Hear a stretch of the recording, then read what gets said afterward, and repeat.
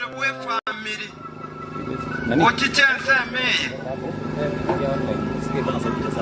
Maana nikiona familia wameketi, basi ninaanza mkutano rasmi.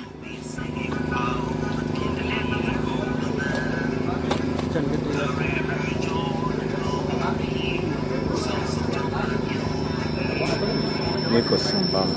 Kabeka montaji kwa sasa. Na kwa montaji ora raba sipo itana, no por haber hecho eso.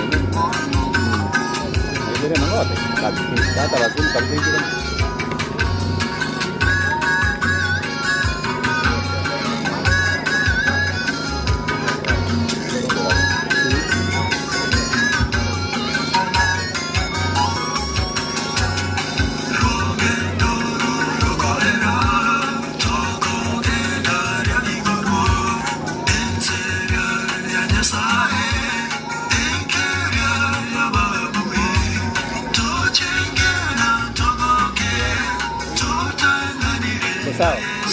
Mwana bw'emiti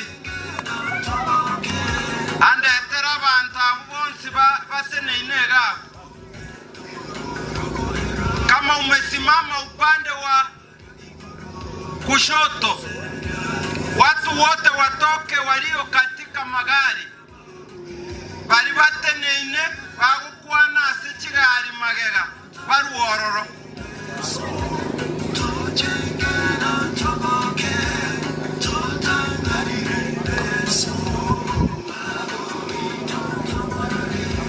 Abubare asichigari umwana bw'emiti batebi nabungotebi barugabu tingane tikorora abantu bagukwana nibono chinga kieti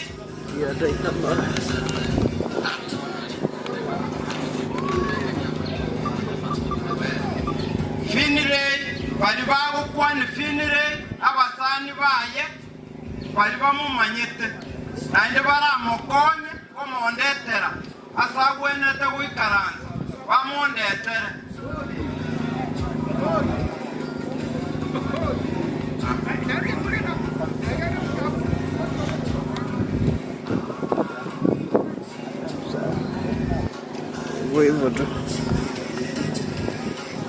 maitenkorore familia ikaranze eko kerendo che yange mwamu ere maegagari igo family tera ikaranze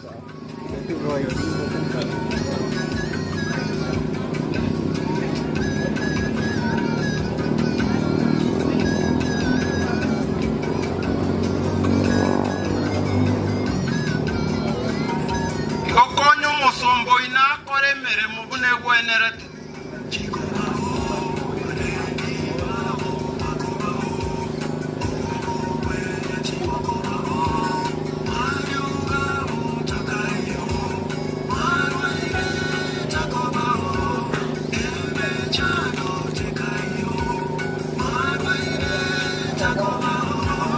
pole.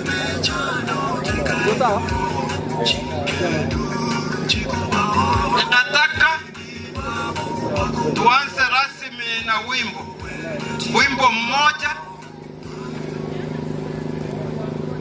mmoja nipate kuomba ili tuweze kukaribisha yule ambaye atafungua.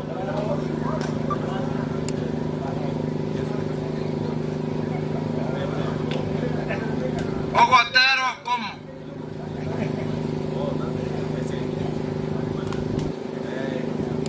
Ogotera nganetio como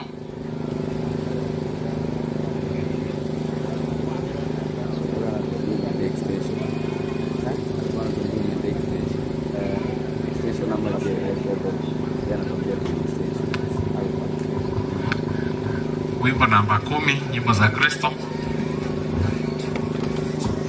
Kristo wa neema yote. Tuanze. Kristo wa neema yote, imbisha moyo wangu, mifululizo ya baraka inaamsha shangwe kuu. Unifunze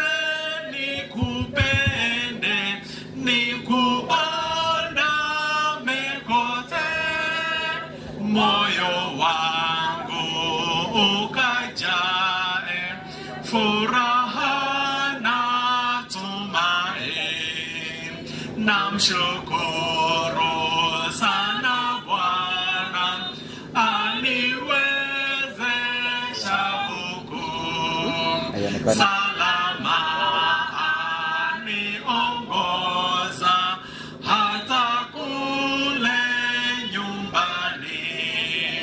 Yesu alinitafuta njiani mbali kwake, akatoa damu yake nipone hatarini. Kweli mimi wiwa mkubwa wa neema daima, wema wako unifunge zaidi kwako Bwana, ili nisivutwe tena kukuacha emponya, nitwalie moyo wangu uwe wako kamili.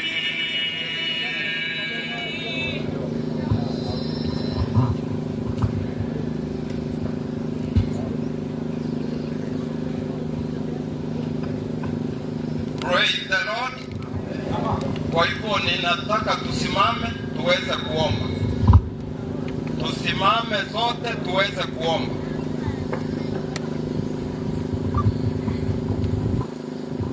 Totenene tosabe. Bare baikaransete.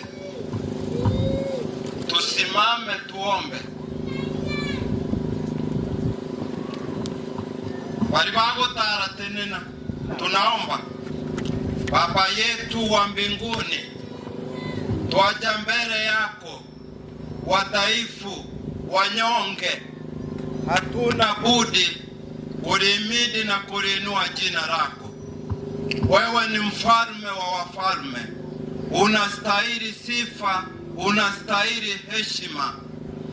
Mahali hapa kwa ukumbi huu, tukiwa katika sherehe ya mwisho ya dada yetu Karen Kerubo Osibori Osire, Bwana, tunahitaji neema yako, tunahitaji Roho wako apate kutamalaki, apate nafasi katika ukumbi huu, ili kazi itakayofanyika hapa siku ya leo na hata neno litakalo letwa hapa liweze kuleta mtu mmoja kwako.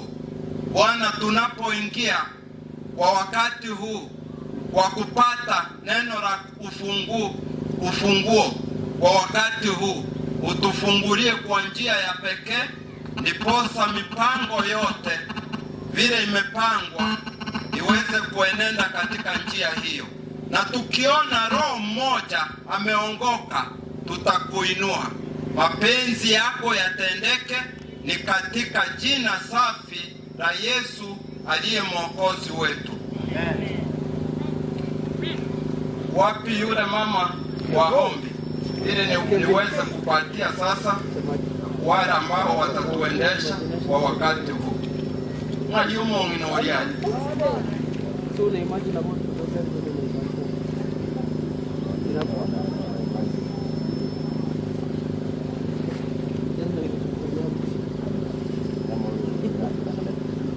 Ogochogotenenaga. Kwa hivyo rasmi tumeanza mkutano, na hakika tutakuwa hapa kwa mkutano na yote tunayohitaji. Ombi, unaomba ama unaleta kifungu kwa njia ya ufupi. Kwa hivyo tutakuwa tuna picha, kama ni familia, picha like that.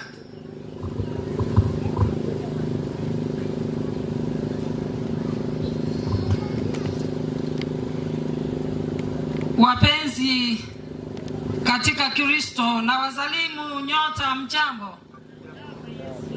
Amjambo tena. Kwa majina ni Sporo Kenyo, Daraja Mbili District. Asante kwa sababu ya makaribisho. Tumefika kwa uwanja huu kuwafariji watoto wa dada Karen pamoja na jamii yote. Watoto wa Karen, ninachukua fursa hii kuambia poleni. Mumelia, mumefarijiwa, bado tunaendelea kuwaombea Mungu ili awafariji kabisa, kwa sababu yeye ndiye mfariji mwema. Tunapoenda katika kitabu cha Isaya 41 fungu lake la 10, tutasikia vile inatuambia kama wale wameachwa nyuma. Isaya 41 fungu lake ni la 10. Mungu wetu hajawaacha kamwe, ako pamoja na nyinyi. Msomaji, umepata hilo fungu? Tasoma. Inasema Kwa lugha ya Kikusii neno linasema, sema, asa yote moiroka. kwa hivyo msifadhaike, Mchenigo inde amona imwe. mimi huyu ni Mungu ako na nyinyi. Timoi chana. Mcheninje nyasawe ino. Msifadhaike kwa sababu mimi ndimi Mungu wenu. Nimba beke chinguru. Nitawatia nguvu, Bakonye. niwasaidie. Nimba sire. Ni- Korio. Nitawasaidia na mkono wangu wa kulia Kwa boronge bwane. kule kwa oboronge bwane mtoi bwana ini mbia mono gaki. Nyasaye Mungu ametoa ahadi, na ahadi watoto wa dada Karen ni ya ukweli. Mungu hatawaacha kamwe, atawasaidia. Ingawa mumeona mmepaki muko na upeke, maisha itaendelea, njia ile yote itaendelea, lakini Mungu wetu ako kando na nyinyi, atawasaidia muendelee. Kifo imekuja kwa sababu ya dhambi. Wazazi wetu walitenda dhambi, tumesaliwa kutoka ukoo huo, tukiwa pia wanadamu. Ile laana ya kufa inatufuata kila mmoja, bila kama vile kitabu ya Ayubu 14:1 inasema kuendelea ya kwamba binadamu yeyote yule amesaliwa na mama ondebwenso ivoile no mokungu, kuna shida. Siku zake sio nyingi, amesaliwa naonekana kama maua yale yanaweka asubuhi, jioni yananyeuka. Kwa hivyo tukubali mama yenu ameenda, tukiwa waaminifu pia tutakutana. Nikuje kwa congregation, kuna njia inaonekana ni nzuri kwa binadamu, lakini mwishowe inakuwa ni kupotea. Enjeranere ekorolekana erengi ya setore, lakini omoelioye nige gotosiria. Ningependa tusome hiyo kitabu peke yake kutoka Methali 14 verses 12. Tusikie vile kama binadamu tumekaa kwa hii dunia ya dhambi, tumekataa kuacha dhambi ndiposa tuende mbinguni. Methali 14:12 nayo inasema kuna njia inaonekana kwetu kama ni sawa, lakini mwisho wa njia hiyo ni mauti. Wako lireke bunge. Asante. Nakijale kama vijana bana beruoti ya igoro. Bana banyasaye. Mungu atusaidie. Kwa sababu dunia hii tunaenda. Na kama tunaenda, tunatoka aje? Tutatoka tukiwa wenye dhambi, ama tutatoka tukiwa tumegeuza mienendo yetu, tumekamilika? Hebu na Mungu atusaidie. Tufanye uamuzi. Tufanye uamuzi mwema.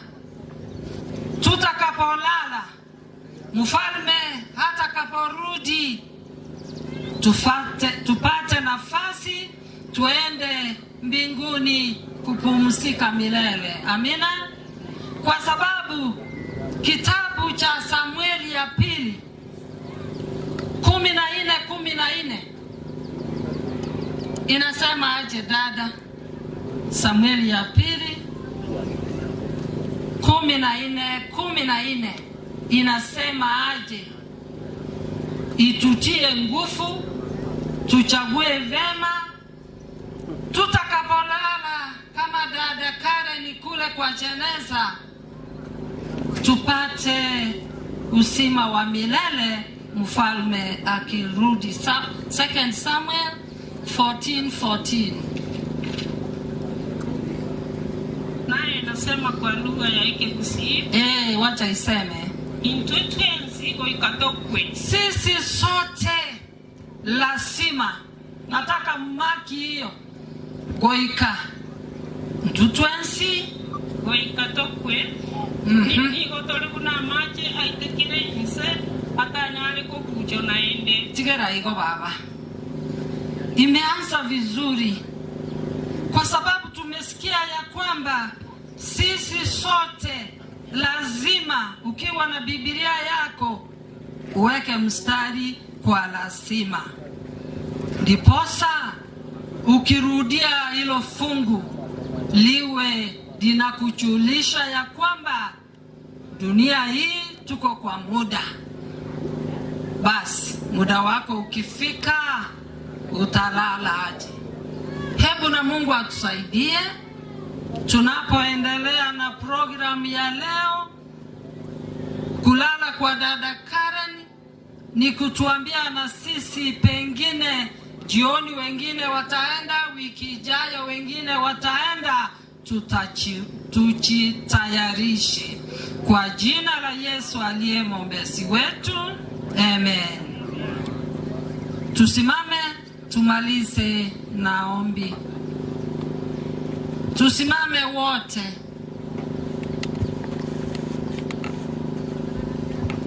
Tuombe. Mfalme Mungu wetu aishie mbinguni, asante kwa sababu ya umbali huu umetuleta. Asante kwa sababu unatupenda wenye dhambi jinsi tulivyo, lakini furaha yetu ni kwamba ulimtuma mwanao Yesu Kristo kuja kufa kwa ajili ya dhambi zetu. Mfalme, tulindie imani, tusaidie tugeuze mienendo yetu, tukufuate mfalme, na pengine tukilala, pengine ukirejesha ufalme wako, tupate kibali tuende nyumbani kupumzika. Hilo ndilo ombi letu kupitia kwa Yesu aliye mwombezi wetu. Amen. Asante kwa kunisikiliza. Kwa majina sijui niliwaambia, ni Sporo Kenyo kutoka Bouti Church, Darachambiri District. Pastor Geseke ni pastor wangu. Asante pastor. Mungu itakuwa netikuya. Kwa hivyo mama, asante kwa neno la Bwana. Kwa hivyo rasmi nataka kuleta wale ambao watakuwa MC wetu siku ya leo, wakiongozwa na Sungura na Frank. Hao ndio watakuwa hapa kwa ajili ya sherehe ya leo. Kwa hivyo tuwape nafasi wanapotuelekeza, na tutambue kuwa this is a service, a church service program. Mungu awabariki. Tutakapomaliza salama, itakuwa furaha na utukufu kwa Mwenyezi Mungu. Kwa hivyo ninawakaribisha wale ambao watatusaidia kwa njia hii ya pekee. Mungu awabariki. Thank you. Kidogo tu hapo, tunataka kuanza safari ya leo ya kumwaga mama yetu Karen Osire. Kwa hivyo ningewaomba sana, tutakuwa wachache wa maneno siku ya leo kulingana na itifaki kutoka kwa familia, sababu lazima tufuate sheria. Ni ile siku ya leo hatutakuwa na maneno mingi, hatutakuwa na maongezi mingi. Leo ni maombi, nyimbo hivyo. So nataka kuwaambia ya kwamba tukiwaita hapa ni picha tu, maybe kama kwa mmoja ataomba, na hivyo ndio itakuwa. Ili kwa sababu ya wakati na mnaona hali ya anga vile ilivyo, nataka tushirikiane kuanzia sasa hadi tamati ili tumalize sherehe ya mama Karen. Kwa wale wanijui, mimi naitwa kaka Josephat Sungura, nafanya Getembe TV. Niko hapa tushirikiane na nyinyi na mwenzangu hapa Kareb ili tuweze kutamatisha hii safari vyema. Kwa hivyo ndugu yangu, nataka nikupee wito kwa ya moja ili tukiendelea. Asante sana. Vile mmesikia ni hivyo kwamba ni maombi na nyimbo na kifungu. So ukija hapa ni hivyo. Kwa kutufungulia tafadhali Sunshine Church Choir, mje hapa kwa ajili ya wimbo. Naona Bouti pia mko, mjitayarishe. Pia mtakuja. Bochura pia nimeona wako, pia muje kwa wimbo, mtajitayarisha. Nikizidi kusema Sunshine, tafadhali mngekuwa mmefika hapa mbele ili tupate kwenda kwa haraka, mvua ikija ipate tumemaliza. Nazidi pia mimi kuwakaribisha wageni wote ambao mmekuja hapa na wenyeji kwa ajili ya kufariji familia ya dada yetu Karen, na ni kwamba faraja zetu ndio zinahitajika, sio maneno mengi. Is a church program, itaenda kikanisa. Sunshine wakiendelea kuja.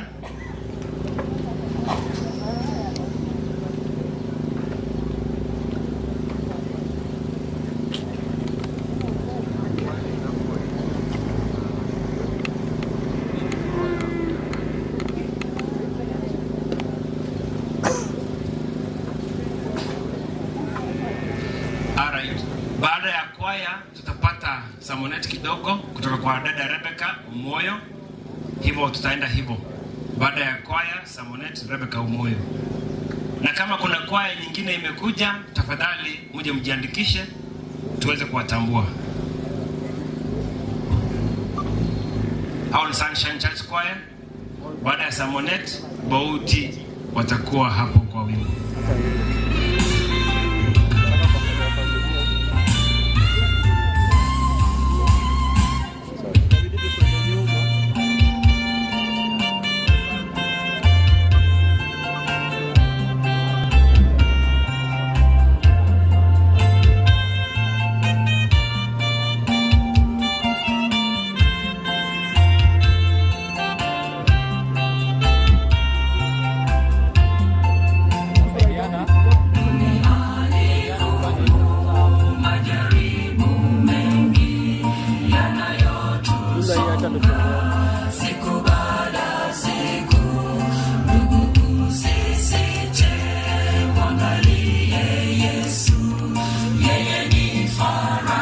hizo hapo chini. Ruta iko chini.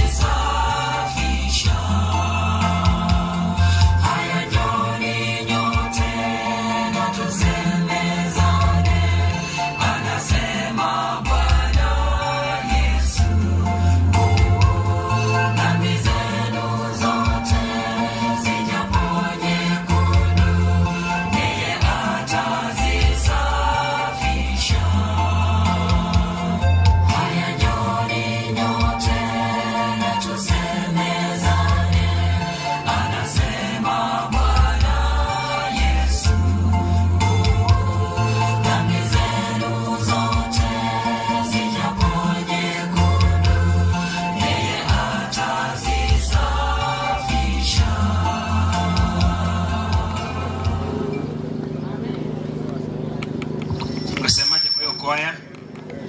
Sababu Bauti wamefika, Bauti kwa haraka, then Rebecca Omoyo atachukua usukani.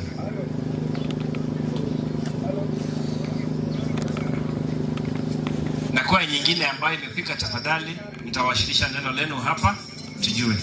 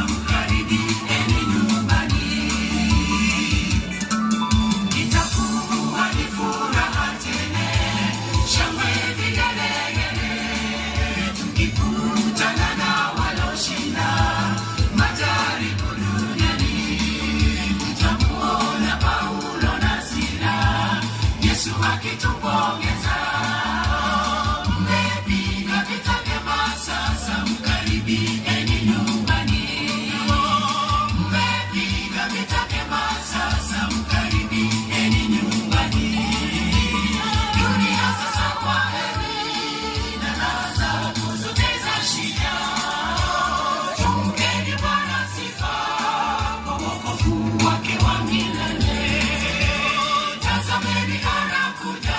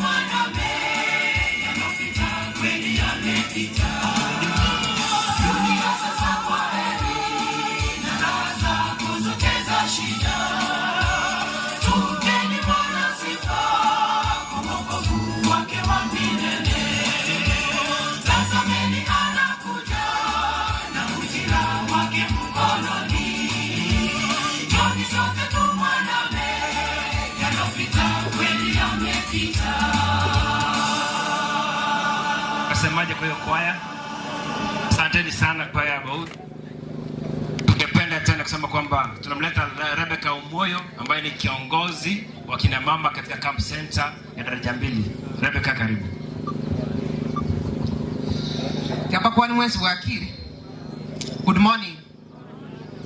Ali popote wana wa Mungu wamejumuika ni kama kanisa. Hello all of you. Mumeambiwa majina yangu, mimi ni Rebecca Umoyo, ni kiongozi wa kina mama kutoka Camp Center. Viongozi wengine wataletwa baadaye.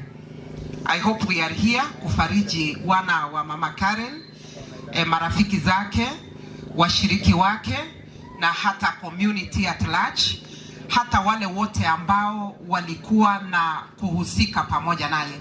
Nami najumuika na wengine kusema pole sana, kwa sababu ni pigo kubwa kwa kanisa letu. Alikuwa ni kiongozi wa wa widows na alikuwa na mtoto katika kanisa. Mtaniruhusu ni introduce huyu mtoto, nafikiria by now. Linet Ombasa, kimbia hapa. Linet Ombasa mahali popote aliko. Huyu alikuwa ni msichana wa Karen, na Karen alikuwa anamuita Happiness. She used to say when she's not happy, akiona huyu, she was very happy. I think watoto wa Karen mulimuona na amekuwa karibu na ninyi for all this time. Mkitaka kumuingisha kwa WhatsApp yenu, muingishe na atakuwa akijumuika na ninyi katika mambo yote. Just to say hi. Tariba kanako. Hello. Myamono, Linet Ombasa kurukwa. Haikuwa wakati wangu wa kuleta watu, nami nataka nilete fungu kidogo tu kwa sababu ya familia. Vile tumeumbwa kama binadamu, tunajua kila mmoja kuna siku yake. Vile Mungu alituumba, tunakaa hapa ulimwenguni, kitabu cha Ayubu kinasema tuko kama maua tu, but only for a very short time and then you depart. Ndio sababu I only paraphrase because of time. Job chapter 1, chapter 14, ukisoma verse 1 and verse 2. Any man born of a woman must die. Igona onyani ntuna tuikarasta vile tumekaa hivi, acha tujue kaburi letu liko just in front of us. Kile ambacho kimepakia ni wewe kuingia kwa hilo kaburi na watu kufunika mchanga. Urudi kwa mafumbi mahali ulitoka. Igonto nyako ba so proud when we are here. We are here only for a very short time. And I think historia ya kifo cha Karen inathibitisha hii. Kwa sababu aliamuka vizuri, nobody knew kwamba alikuwa amepanga safari na anaondoka. Karen ametuacha, na wale ambao tuko hai, acha iwe ni sisi sasa kujiandaa. Live like today is your last day on earth. So that ukienda kukutana na kifo chako, uwe umekutana kama umefanya maagano pamoja na Mungu. Fungu lingine ambalo nitasoma ni kutoka kitabu cha 2 Corinthians chapter 5. Nitasoma fungu la kwanza na fungu la 3, na hata hiyo I will paraphrase. Ni kwamba hii miili yetu tumebeba are temporary tents. Temporary tents. Kuna chitenti chitobegetega. But in a very short while, hizi tents zitapomolewa. Na zikishapomolewa, you will not see them again. These are temporary tents. Nyasato ete mebere, ere very temporary, tobe erororo, tokore miremo yaye, ikifikia wakati unatoweka kama umetimiliza kazi yako. But the Bible says, we have permanent tents that God has prepared for us. Chitenti chirororo, chiakare na kare. We know we have eternal life. When you depart from the earth, ukiwa umefanya maagano mazuri na Mungu, you have the promise of everlasting life. And that will be the eternal tent that God has prepared for you. Abana banya sa keroto menyete, tigato menyenga ki, ae torororo, asichitage kachinke nkuru toro. Wone keroto kuchukuruo, let us focus on the permanent tent that God is preparing for us. John 14, Yesu alisema naenda kuwatengenezea makao, na nikishatengeneza makao, I'll come and take you home. So where I will be, there you too will be. Igonga inere permanent tent. Yes, for those who believe in God and believe in the testimonies of Jesus Christ will have a share in that tent that God has prepared for us. Bana banya sai twensi asetore tigato teme kurigereria tent iriere bosbuito ntona kurigereria mebere yameke. We dress them well, we eat well, we do the way we want, tunafanya raha zetu, but let us know these are only temporary tents. Tuwate only for a very short while, but soon and very soon we are departing from here like our sister has departed, na tutaenda huko mbinguni mahali Mungu ametutayarishia very permanent tents. I will read the book of Ecclesiastes chapter 9.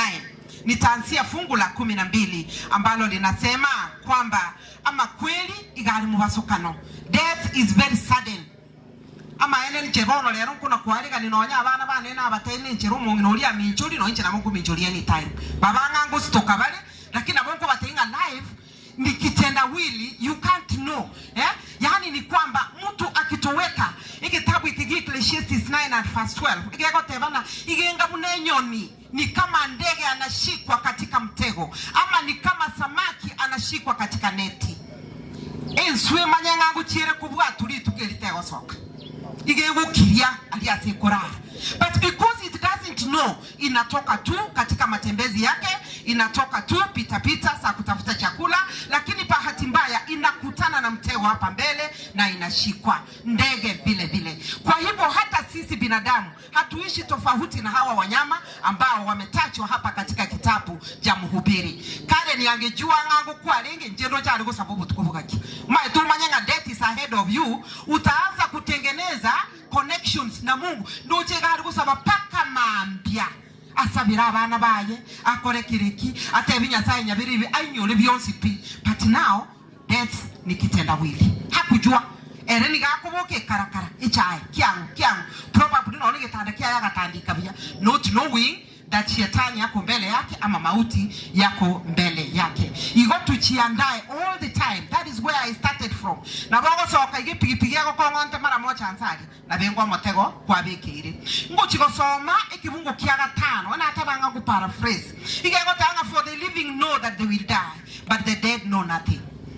Oyo kule tamanye tikende na aro chigoro to kwira igoro sana kuda to kwira igoro karora masia chandi kitagwete na so esandu kime ara ari simamu mwabense mo to feel that warmth once more again. Najua watoto wasichana tuko tofauti sana. Hata mimi saa zingine wasichana wangu wakikuja na waambia kijaribu tu kwa hii kitanda kidogo tu. Kama yule last born anaingia na tunalala kabisa tunajifunika blanketi. So there is that closeness. Lakini they did know nothing. No nyare kugenda araro. Hunari kuna kuimiringa mama aski. They did know nothing. Amefunga virago, ameondoka na ameondoka. Isa bigito no ne bintu hambi mtu. That is how it is. But the living know that they will die. Then what is the question on us? What is the question?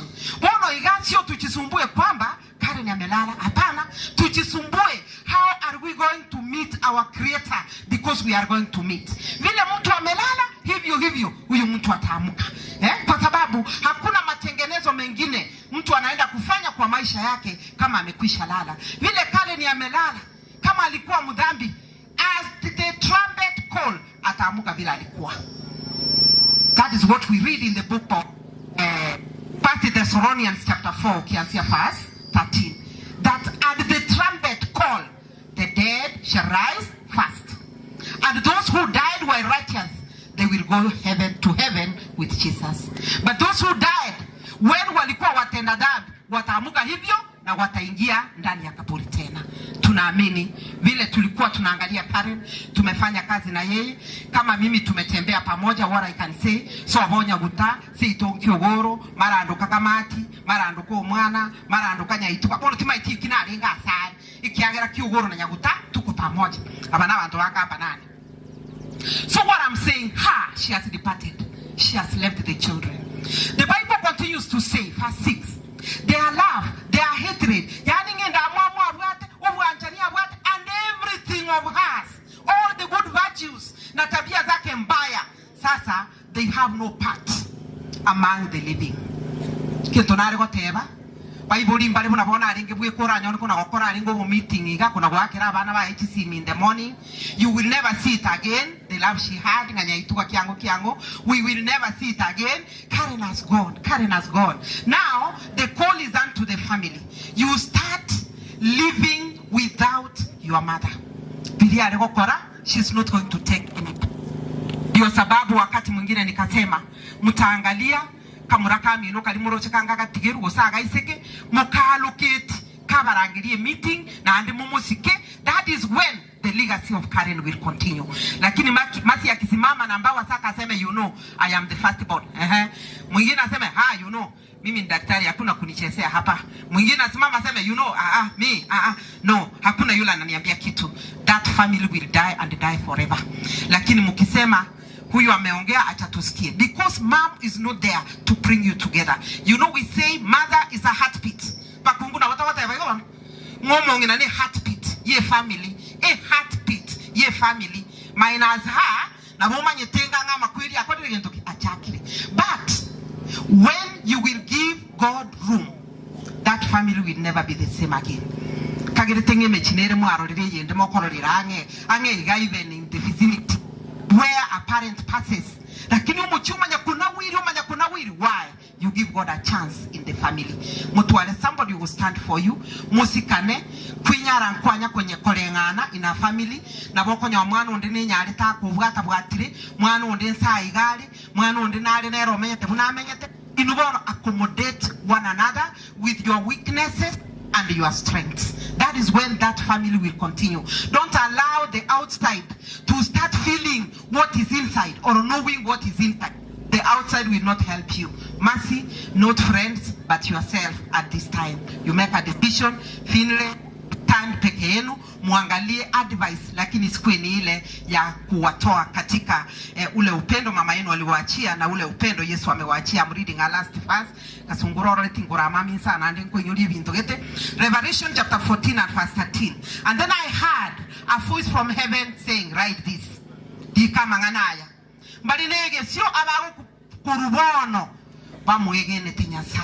Ekiagera amakorabo na akolegentoki na batunyane. Blessed are those who die from now believing, because their works will follow them. Your mother has done her work to her coordinator. Paka nkorora chivichesa ringi korandia matanga gitakwira iguru nibu kukoboko ali mutu niebu na anchete kwa smart. Lakini na arora bana baye mwanjete na kwa smart. You are very smart. Karen was the picture of sunshine. Chani yakwe mimi na gote banga ancha I like being smart. Mutumana tini? I like being smart. Yana itakuwa kutumi na minerali yani uniform tu. Tena viki. Okay. That is how she was. Her works will follow her. She has served in many departments. She was a woman you could depend on. Straightforward. Never no mulisio manene uikakare ni amate uikategere kare. Never pastor uika ikiagera pa komu explain understand amanya kugutika. Onye tara understand tell me this I want to know. Kuya mole mwenzi. Titorina obo menyo omoche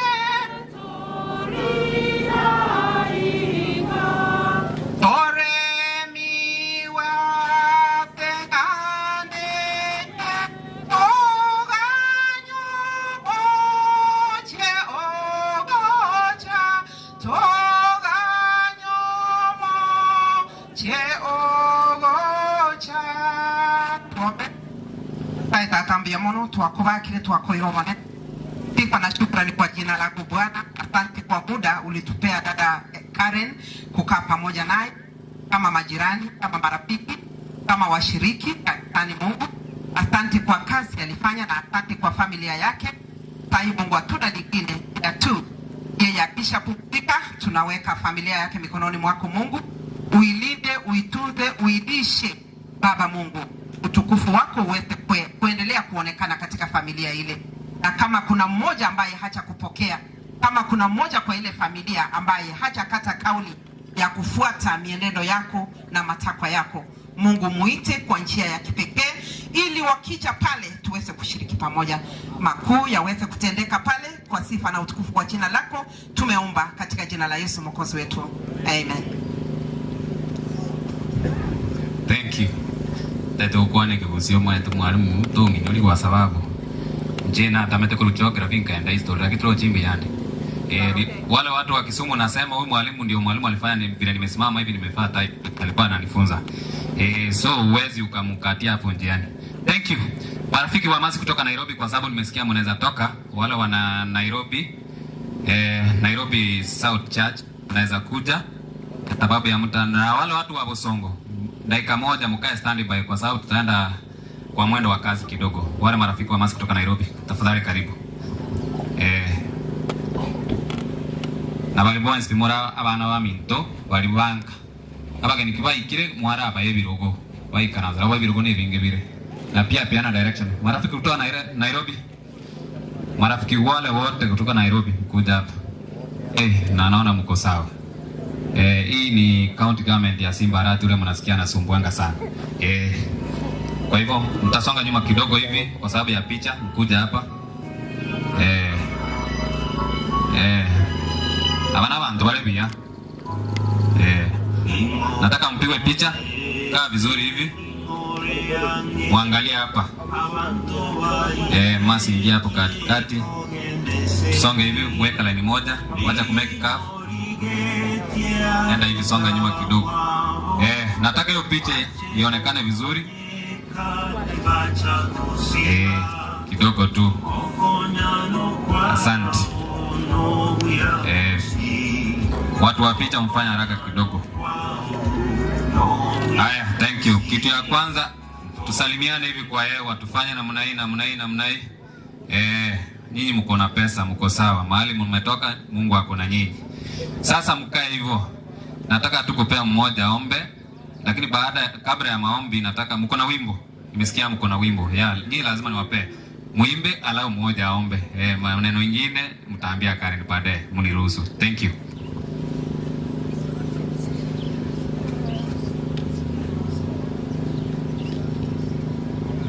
Bia mole naende. Akinonyo ntutai tutukwane tiangwa ningane ni morioka tu. Into to Nairobi last weekend no twarenge gaga 20 pe etwaja ne basi ngema. Ekeombeke ikereke muiseke bo mugusi. Kuru Nairobi South Church District asemasi yako Tanzania. Igo last weekend twarenge gaga pastor, you can agree with me, twakonyola nyumba mate. Igo ntwacha bakebono kumusidikiso mongina. Etwagoteba pole sana, but I'm requesting mercy to take your mother's mantle. Imokia ekerande kia mamumi. Ntoko bwati siko imokia. We just abana bali batigara bande kari one another's burden. Mube Kenya sasa mure ali murakine enyomba yene kine mosie ko mucho mama bia mwana. Thank you. Wimbo.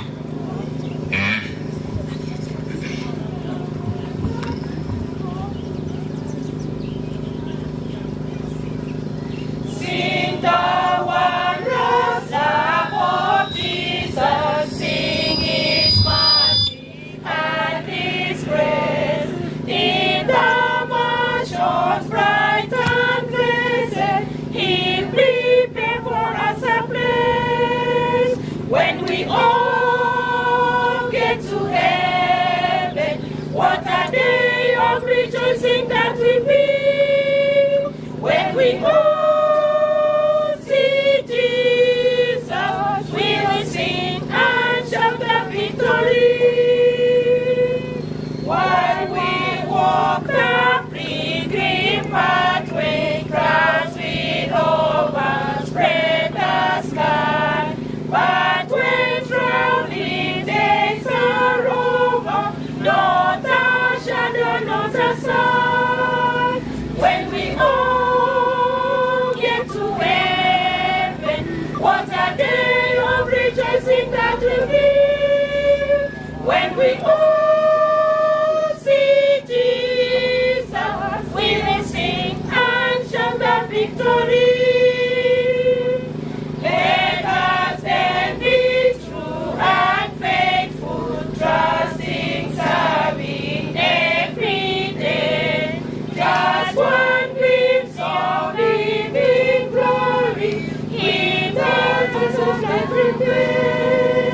When we all get to heaven, what a day of rejoicing that will be.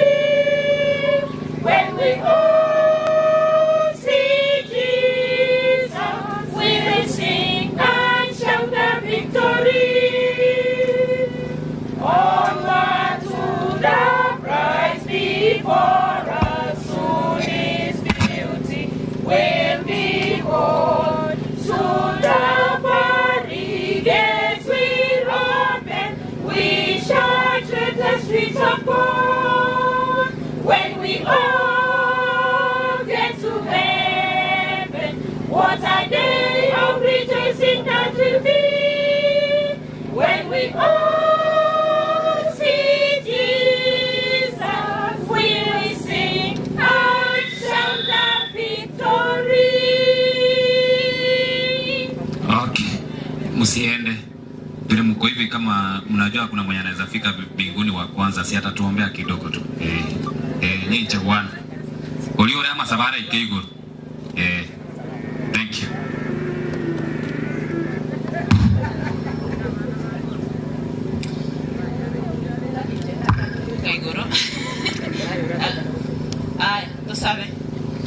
Our Father and God, we want to come unto you this afternoon full of thanksgiving.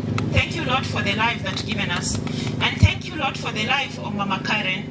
As she has rested, Lord, I pray that may we emulate her work in this world. Father, as she's being laid to rest, Lord, may we not forget what that she did in this world. Bless us now and forevermore. For Jesus' name I pray. Amen. Thank you. Unajua lazima tuwapee nafasi, wametoka mbali. Hii timu mko sawa. Asante sana. Bosongo team, dakika moja tu mpigwe picha mahali Mama Karen alikuwa imewekwa. Tafadhali, nimesikia waka hapa na wanatoka. Bosongo team iko? Haraka kidogo. Lazima tuwapee. Thank you. Kumbe mko wengi. Watu wa kamera stand by.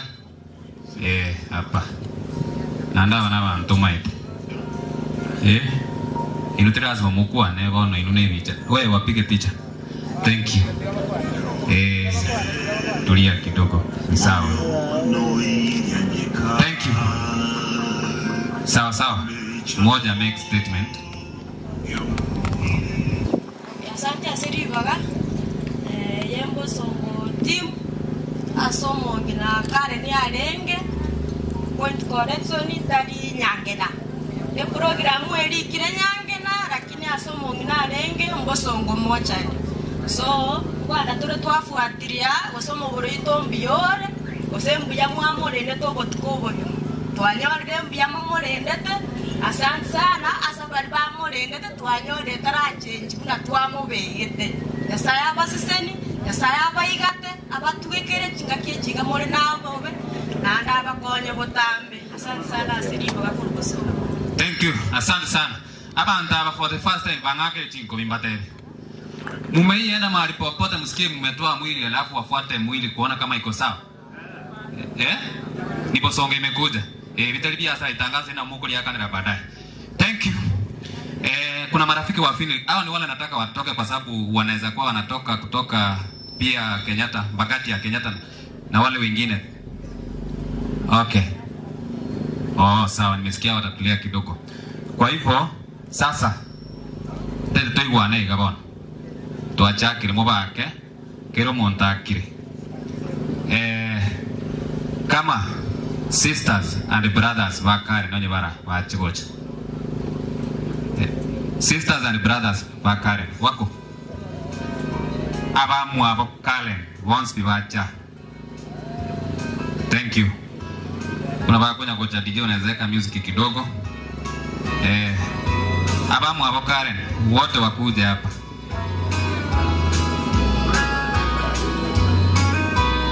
Sisters and brothers, once be moche gocha. Thank you. Tena gawa hapo. Haya, weka line hivi. Sawa. Agumbio. Sawa. Angalia hapa, tunataka picha. Line moja hivi. Wacha kusalimiana kwanza. Biamon. Mnapigwa picha. Naangalia hapa.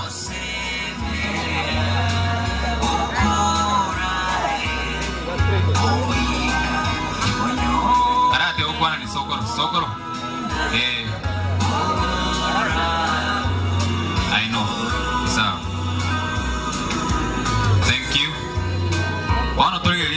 wanataka picha kwanza, kwa sababu familia itahitaji hiyo picha. Unaweza chukuliwa picha. Hapa mwavokare, sisters and brothers, mwespi piga. Haya. In that, wote tuwasalimie hivi, si kubaya, tuwasalimie hivi. Asanteni sana, waono. Taketoyo masawe. Ibuna mwacha na anibo tamengo batebi ebundise gusabanye tomanyeti ainu kanya communicate ni ngomaete gusaba. Ato sabere, mmoja tu atuombe.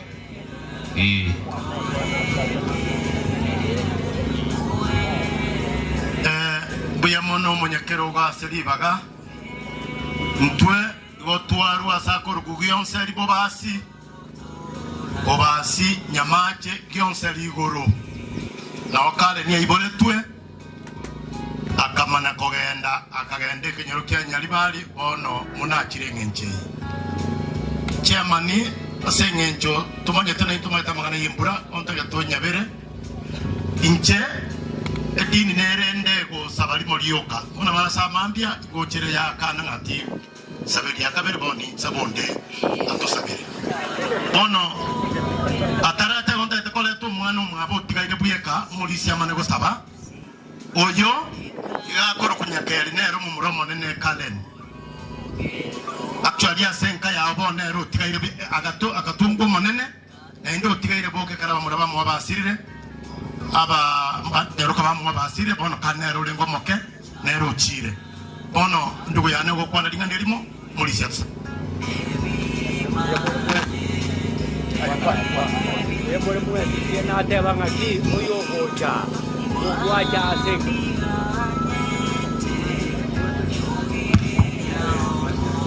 Kuwacha asengi njoyo ya mavera amavera igemineti Holy Spirit na ndeke rubuate gento kunekyo ayino muntu seseniri pakubuki mabwa gwonse igo mwezi na batakera maya asema kogenda asetete Yesu mwasaliti amina. Thank you. Karati gake ikaransa umaye tena igure makuru nabo nakuri kwenda tayi makuru kigasa baya abasani bo mwana mintumbu ya mole amujambo yote. Mimi naitwa Penina Profesa. Huyu Kareni ni ndugu yangu, ni dada yangu. Tulisoma na yeye, tuligiroa na yeye. Sasa nimepoteza rafiki yangu na pia watoto wake. Tafadhali. Mahali Kareni alikuwa anakaa huko kwa kanisa. Next week muende mkae huko. Na Kareni alikuwa kwaya na nyinyi mkue kwa nini? Kwa kwaya. Asanteni, Mungu aendelee kuwaweka, Mungu aendelee kuwalinda mpaka muone mama yenu wakati Mungu atarudi.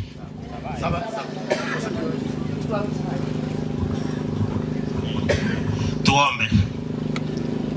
Omonene omotongi tata Nyasaye. Twasangirira keneraso omugondo oyo asengenjo yomo swati ominto Karen oyo wero koraro omonene twaretire family elia abana na abajo koro omonene obalende obarae na ino baseseni mbakenga ki tokonyora nerinde ya kabere okona ko sababu ita seria tere Yesu Kristo motoria. Amen. Sawa, badilisha basi. Deke mabara change cha system. Fasi at least uongee ndio tuendelee. Pastor Chok karibu. No ndikwenzi kwa chapano ukwana nkwe. Tafadhali. Kufungura mbuyo. Tigangira libageri kwa bakwani mwesi na atara sama benga uyamole. God is good all the time. Kwa majina vya mmesikia naitwa Pastor Chok Isaac kutoka Butoli District. Nimekuja tu kwa ajili ya kuomboleza pamoja nanyi kupitia kifo cha Karen ambaye alikuwa mshiriki wangu tangu 2016 mpaka 2021. Kwa hivyo nataka kusema poleni. Tuko na mama, mama si kama atakuja ombe kwa sababu ya shughuli zingine tuende kule. Kwa hivyo nasema kwa familia ya Karen kwamba pole sana. Mungu awe pamoja nanyi katika kipindi hiki cha majonzi. Pole. Mama,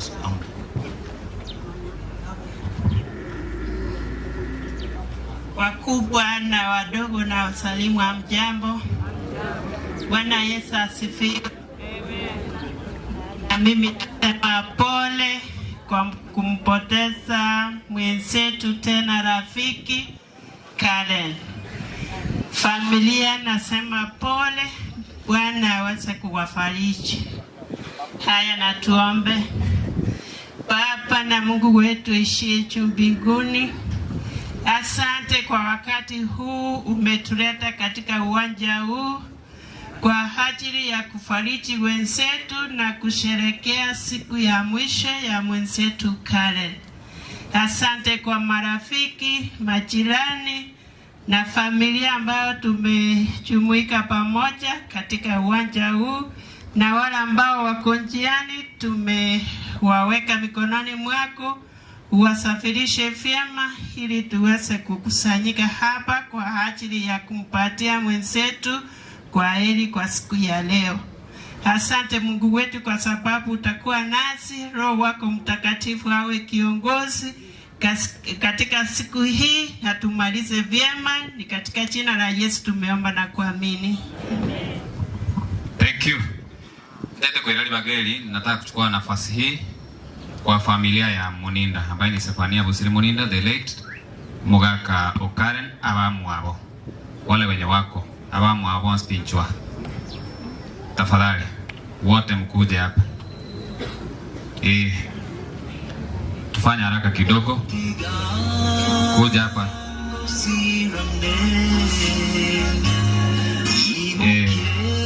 Takuja hapa. Takuja wote.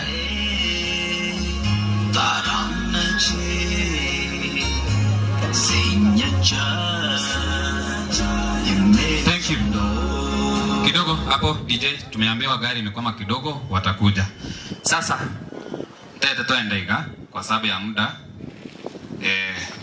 Hii inakujanga lile lakini nataka kuileta saa hii mapema kidogo. Ntagete chikaze. What I mean, karati chikaze ni chia bana, chikaze ni chia hapo, Karen. She's the late Karen, cousin is wote wenye wakapo. Yes, iko ntaito kibeka, iko chikaze ni chion spiritual. Pati makazi za wakina Finley, nyinyi ngoja kidogo, makazi kuja. Abatuluko ba yema tamani kisokoro, mchuo nungu igo chukocha. Bekaga. Thank you. Taweka hapo.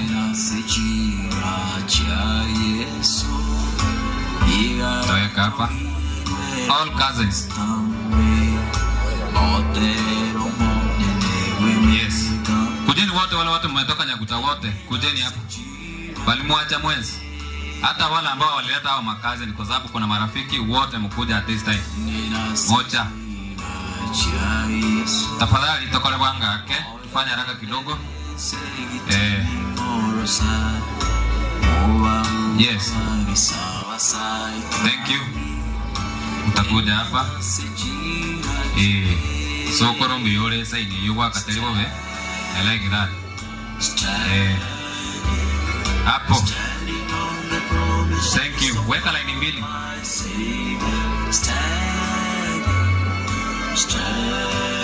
Weka line mbili. Tuende huko juu. Hapa toka. Tuende huko. Huyu ndio wa mwisho, wengine ingia huko, wengine mwingie nyuma. Tafadhali. Hapo. Nafikiria hiyo picha imetoka ama?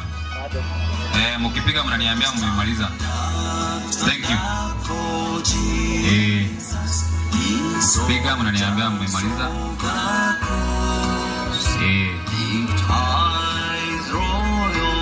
Once done mniambie. Okay.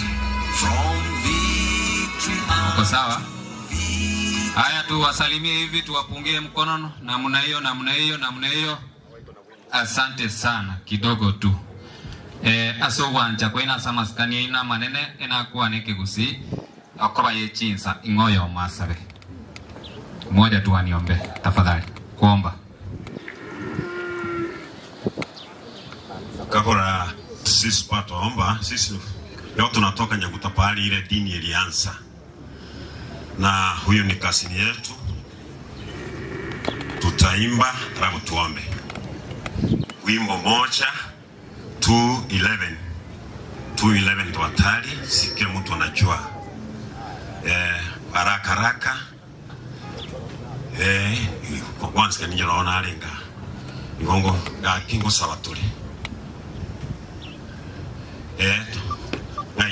ngaye kwa ya master yale atwaye liogi alafu tuombe ya 3 sing Yeso musarawa one ono ya tekire Kostuna no moneno natigi negese tinege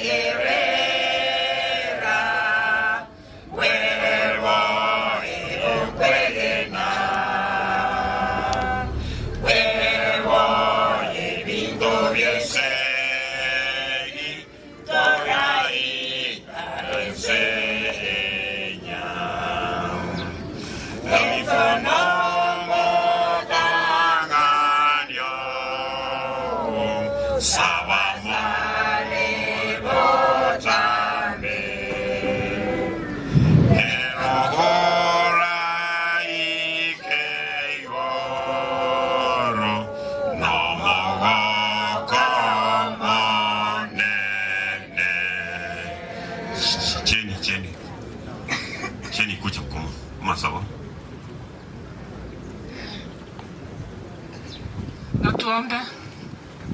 Baba na Mungu wetu, tuacha kwako asubuhi hii. Tunakushukuru Baba kwa wema wako. Ni asante Baba kwa vile umekuwa nasi tangu asubuhi hadi wakati huu.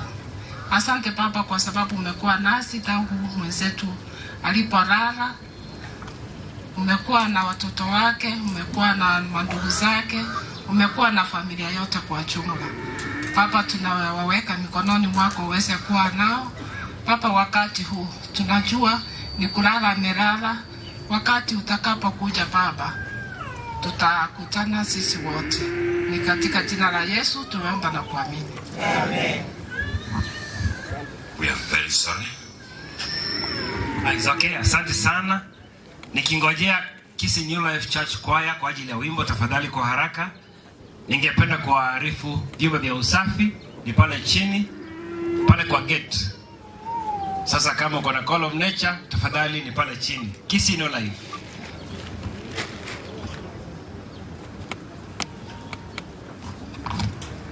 Tukiwangoja tutaenda kuimba ile wimbo hapo kwa program.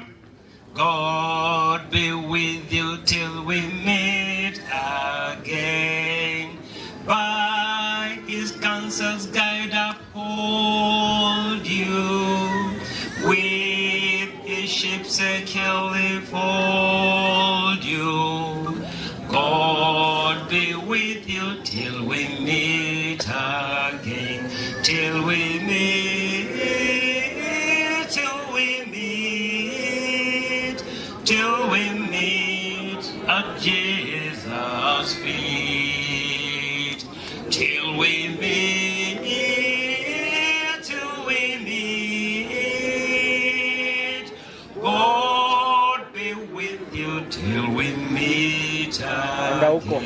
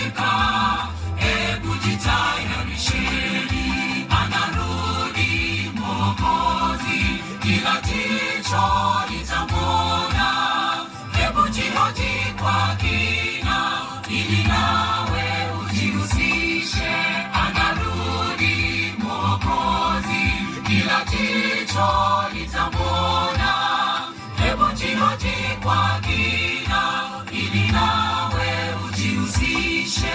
Anarudi Mwokozi, kila jicho litamwona. Hebu jihoji kwa kina, ili nawe ujihusishe. Anarudi Mwokozi, kila jicho litamwona. Hebu jihoji kwa kina, ili nawe ujihusishe. Anarudi Mwokozi, kila jicho litamwona.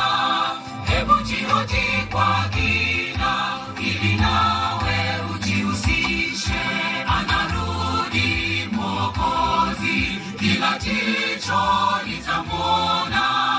Hebu jihoji kwa kina, ili nawe ujihusishe. Unasemaje? Kuna rafiki hapa, ningependa ajitambulishe na aseme jambo, kwa sababu kuna kazi fulani anafanya na Mama Karen. Karibu. Hello. Habari zenu? Nimeshukuru watu wote wamekuja kuomboleza na sisi. Mama Karen ni mama yangu. Tangu nikuje Kisii nilianza kufanya biashara kwa manyumba zile wamejenga ng'ambo ile. Kwa hivyo vile nilivyo, kama sio Mama Karen singeweza kufanya chochote. Kwa hivyo nimepoteza mama tumekuwa nayo, ananiita tu Ben wangu. Akikuja kwa landi, we Ben wangu ako wapi? Hata kinikosa hiyo ndio jina ananiita nayo. Kwa hivyo nimeleta faraja zangu for the entire family ya Moninda. Mungu awafariji, awapee nguvu, na hiyo upendo mama alikuwa nayo na baba, sio mimi pekee, munionyeshe hata kwa wengine pia. Nashukuru sana, asanteni. Thank you, pole. Ono vile ameongea hivyo, onchokero imole komo wala watu wa Kisumu wenye wamesoma sana, nasema angalia mwenye uko naye umuulize, wewe ukikufa utaongewa vile Karen anaongewa. Karabu uli imole komo aina kiura kwa ni kegali kinyoro. Inkiagote. Okay. Hiyo majibu mtaniletea baadaye. Kwa Mogaka Moninda family, the late Mogako Karen wamefika, wale wote wakuje hapa. Bono muikiri nchuga iga. Nafasi ni yenu, tafadhali. Mkuje hivyo. Asante sana, naona unajua abantu abonzi babweka ine. Ngote nabara iga mubara nje nabara otigo. Asante sana. Hapa kuje wote. Cameraman huyo akifika wewe anza kumpiga picha yake peke yake tu. Anza kuwapiga picha tu. Bemono sana. Na mko smart by the way.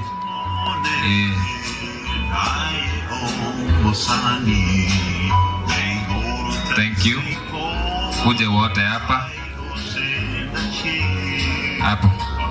Watu wa kamera mcheze kama nyinyi, unajua hapa ni mbio mbio. Inuaka chipicha na waniko mimi mosibi mobile. Baiwe tuna naelewa. Tusonge tuweke line moja, tusonge hivi nyuma kidogo. Nataka hiyo picha itoke vizuri. Mamu nimekuona. Sasa DJ hapo sasa. Tulia kidogo. Hapo, sawa. Wamesema picha itaingia na kelele, ndio nimeambiwa na makameraman, so wewe tulirelax tu.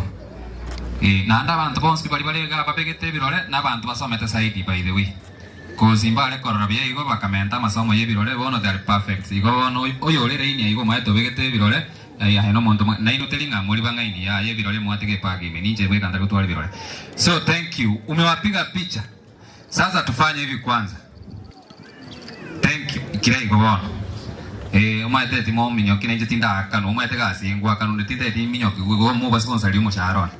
Kuna mwacha mwabanga na moko legende na beti dai kaibere at least mpangane mumalize hiyo maneno. Thank you.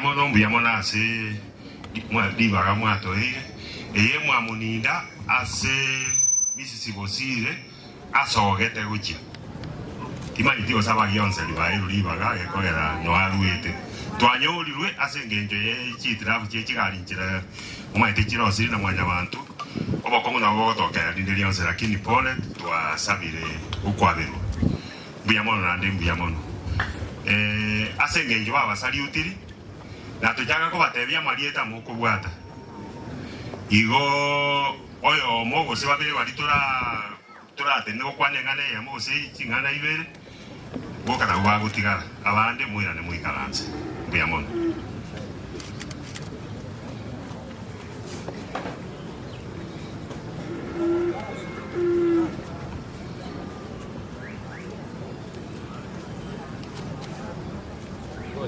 njuoja walimo kwana engane ya moyo Mbuyamono ntoiko barosia inje ongoro kumesha komali oyo moninda oyo mwabo bosire omugaka okare osire no mumuromi to monene osatiga babatebia marieta manye gukora paminta se kanisa abairi abasani tiganane bakwani bwakire no trasama ben mama twere kotogora Mbuyamono asonsi na bionsi bimwato kora ire kortua gachagete muyega bo mwana oyo minto nero lingo mwana se familia na mugako ina kiegete gokwa korara nerero igorarire bana bali bane mwatigaire wanko basabira numo kunigete mono ase njonga ni mu koibora kwaye remereria yasai no are na inu na intutuensi bune familia marieta ndani irimoninda uyo mwabo moke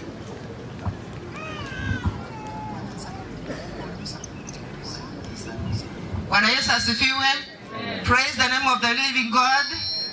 Wote wale mmefika hapa, nataka kuamini ni marafiki wa madam, jamii, well wishers na wote ambaye tumefika hapa ni wale ambaye tumekuja kushuhudia siku ya mwisho ya our sister, our mother, our grandmother, our great grandmother and madam and every name that unaweza muita. Asanteni kwa kufika. Mimi jina langu ni Sara Omari ndiye huyu ndiye mume wangu. Karen ndiye alikuwa ama still she is mke wa ndugu mkubwa na Meshak Omari ndio ndugu mdogo. Karen alikuwa mama yetu. Yeye ndiye alikuwa anatuongoza kwa familia. Yeye ndiye alikuwa kama mama yetu. So tumelose a mentor, a mother na tumelose mama mwenye alikuwa anafurahisha mikutano yetu yote. Kwa hivyo nawatakia siku njema, utulivu kwa kila jambo na asante kwa kuja kutufariji. Kwa familia ya mama, watoto wake wote mpaka the great grandchild tunakabidhi mikononi mwake Mungu. Takuwa tunaweka kwa maombi na nyinyi pia mtukumbuke kwa maombi. Siku ya leo tuwekabidhi kwake Mwenyezi Mungu atuongoze, atupatie hekima ili yale ambayo tunene yale yaliyo ya kweli kwa huyu mama ambaye ameweza kupumzika. Barikiwe sana na mtakaporudi Mungu awasaidie wapatie journey mercies na murudi tena muje kutuona. May God bless you and have a good day. Tuombe. Yasawa ito yole igoro mono mutungi ito. Tuachira sole buna tole igo mono bimigana. Itaban twasabira mabira korwa sole twabere kera turabana bao nande turabanya be Yesu. Mambingi ya mono no ito twanchire twikire litukeli ocha kabakiro lya soyo minto nya ituga oyoralira yora masemi ito gogokumi. Yasawa ito no tomanyete. Yasawa ito bogoreli abana balia. Wana na chinga kiji balege sunteke nene ayeno bakonye kera yora mole mibichitakana. Yasawa tata wa mabere mirubiri ya yegendere na ndere buya tukubaka na gukwimukira ligore kera enumya na ndi kwagwene ira matukonsi. Wana moneno ito twitigira sora so mugasoyo na ndo tubwatererira moneno ito buna twakobole tikurwe mambya. Kora njokoro kwanja kwa obiya bwa isane se yamanyinga Yesu yora muboli ito. Mbuyamono nonya ni jitimbu ati mangenda kwane Mbuyamono ase kanisa na bonsi abatoikirange gesa mungi na Karen asirete Toera ni limbu yamo na se mwenzi jijirani, abasani, ekanisa, abairi, na bande bonsi aba tuikirange ase ubotubwate si omuroberi oyo. Biyamono na ndembu yamono. Na gokire mono ase ababinyamira, abairi baitu banyamira ni mayitenga nsakina bera abibaga nditoka mokwani abantu ase omongina estanyanzi yane arweto osirete. Akitene na musali uti abantu na gokire sana asokotera bani barubo kiamburi. Ogo sali uti woka igakorwabo. Mbuyamono na abakire mbuyamono na ndembu yamono na nyasa balende na bayiri bande bonse.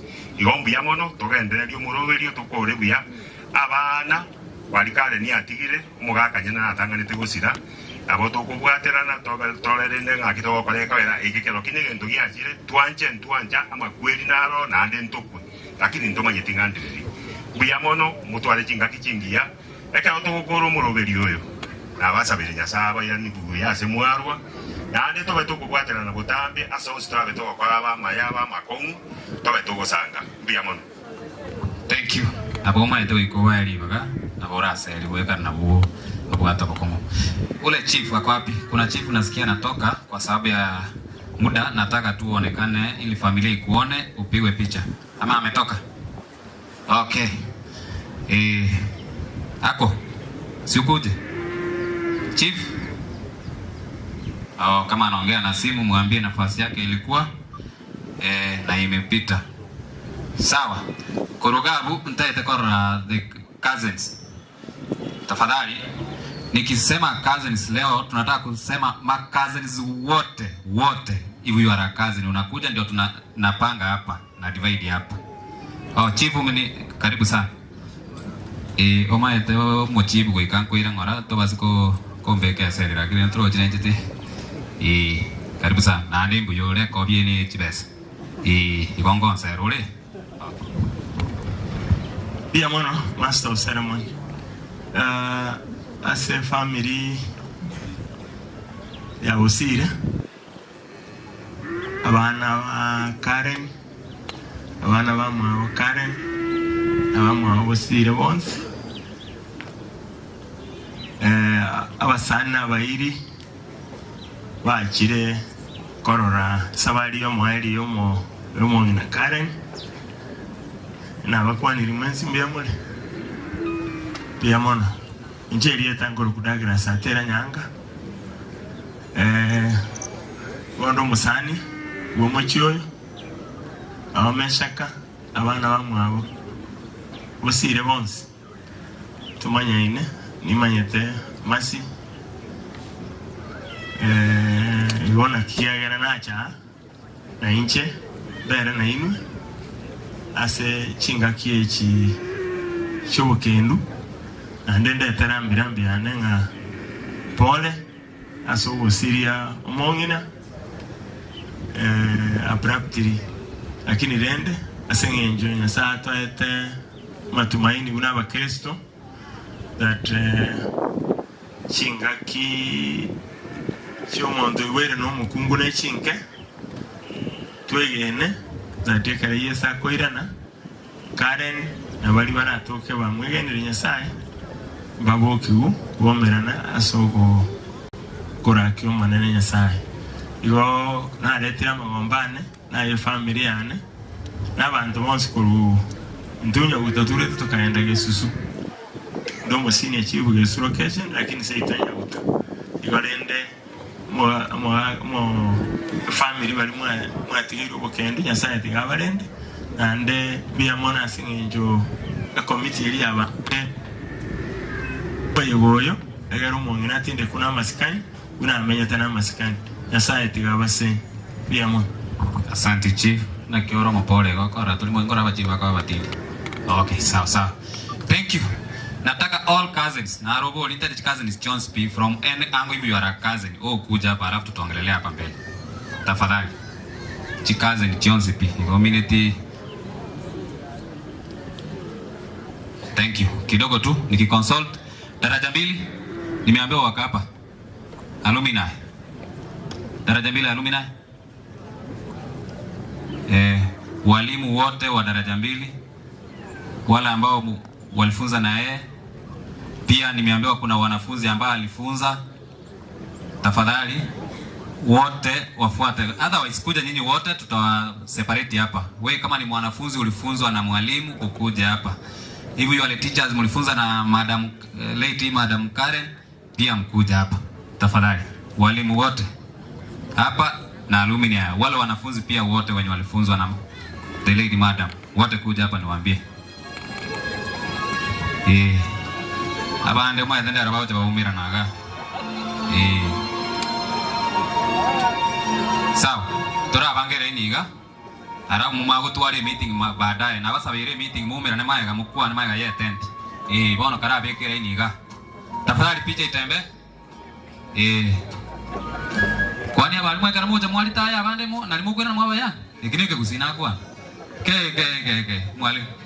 Tigango kwani na enjo ingama seni etuke ningia. Omaete eyemba maeti yego jo bakwerese. Thank you. Tupanga tusonge hivi. Hapo abalimu wonspi abalimu baraba igweli omaete.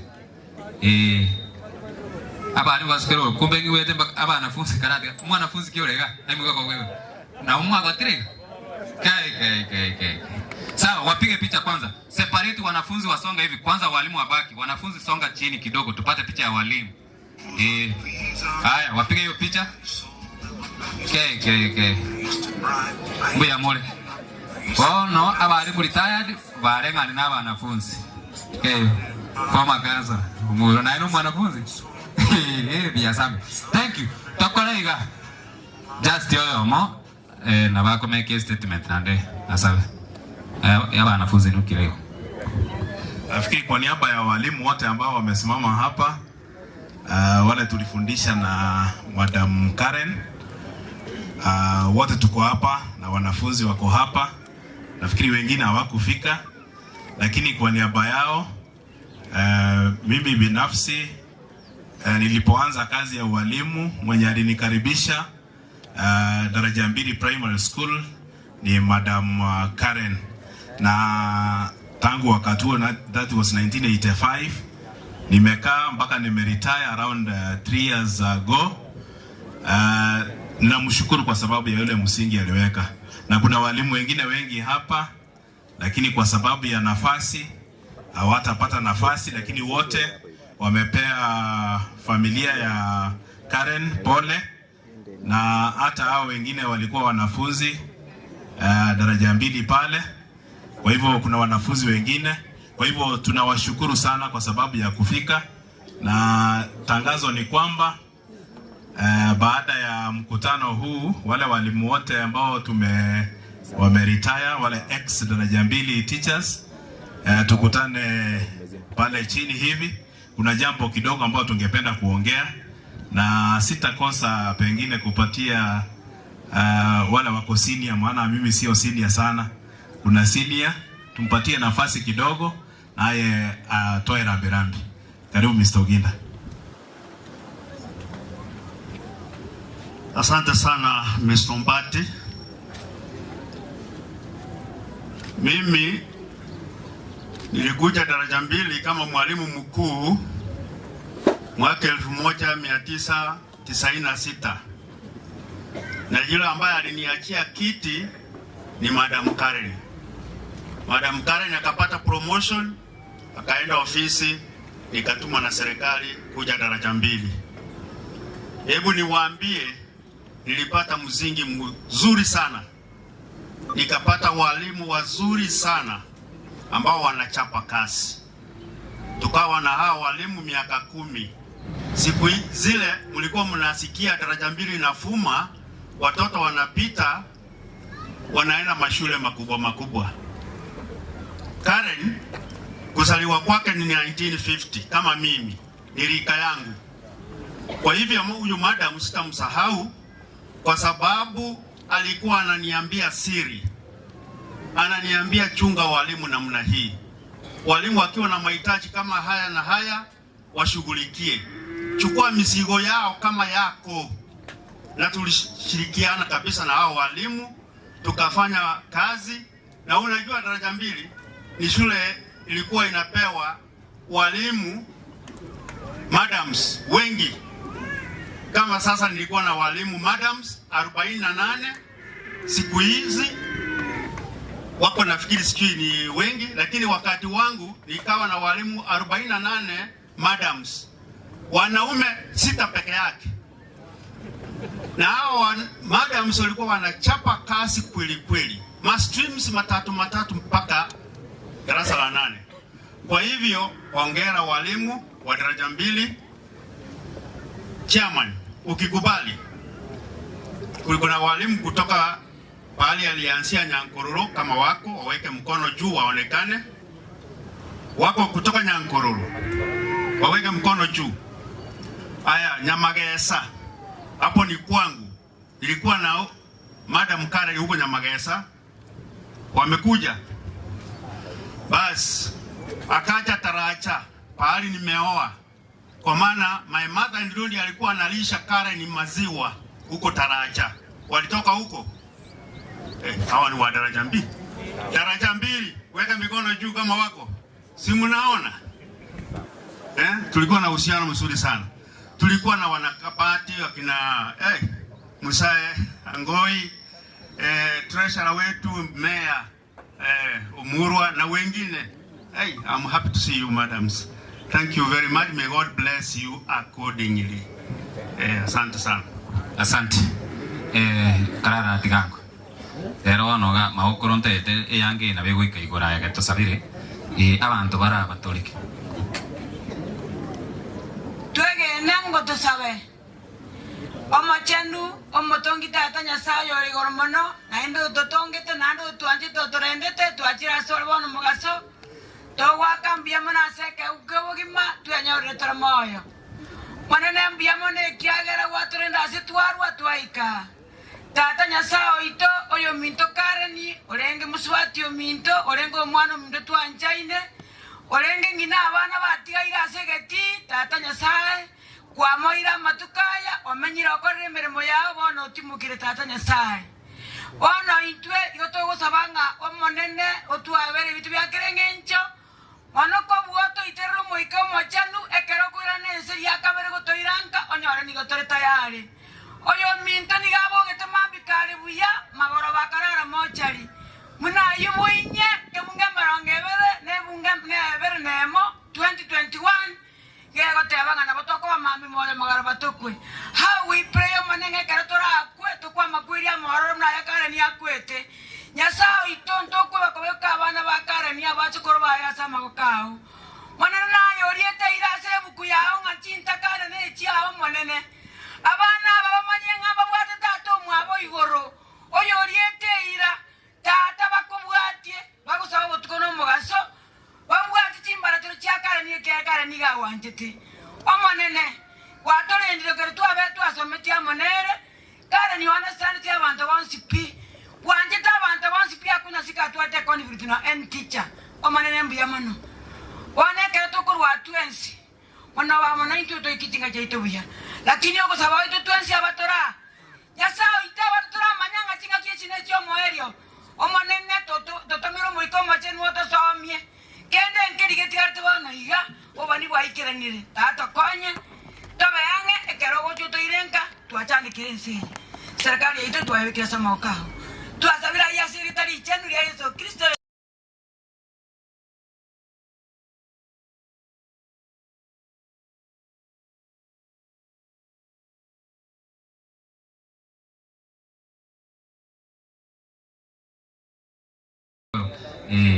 Tusonge wanafunzi, tusonge hivi. Uma dekara. Tusonge hivi wanafunzi tafadhali.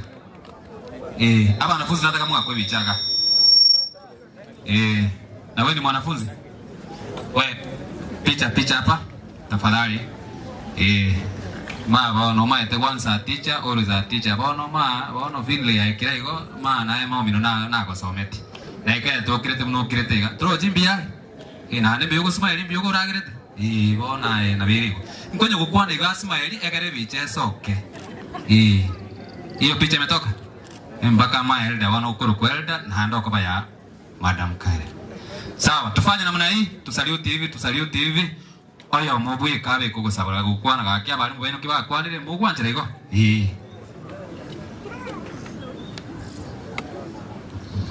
Wacha tuombe. Mungu wetu na Baba Chisha mahali pa juu, sifa na shukrani kwako asubuhi njema, tunalisifu na kulimidi jina lako.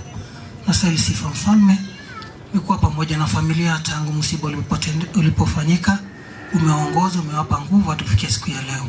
Mipango inapoendelea, tunakualika uzidi kuwa mwenyekiti wetu, uzidi kutuongoza katika kila jambo, na yote akiisha vema, jina lako liinuliwe. Penzi yako yatendeke jinsi upendavyo, ni katika jina safi la Bwana Yesu Kristo tunaomba na tukuamini. Asante sana wanafunzi. Bochura Church Choir tafadhali. Bochura Church Choir. Wakiendelea kuja nitawataarifu ya kwamba nilikuwa mwanafunzi wa Madam na Finlay alikuwa class deskmate wangu huyu hapa. Ile mchezo ya utotoni tulifanya pamoja na Onchiri bumweli kayale wan. Oyoga. Abatoka na sabata toigo. Toa rachinka tuaragira. Bochura Church Choir tafadhali muje kwa haraka. Tukiendelea kungoja. Keme chando erago etanane Nchera sobosyo wa onomosunte Orabu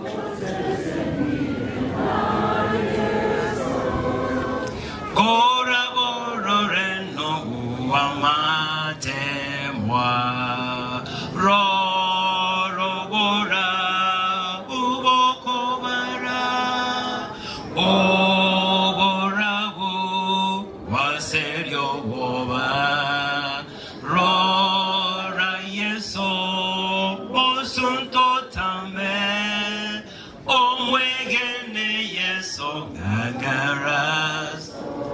Kama kuna kwaya nyingine tafadhali leta jina lenu hapa na mnakuwa pale tayari na wimbo wenu.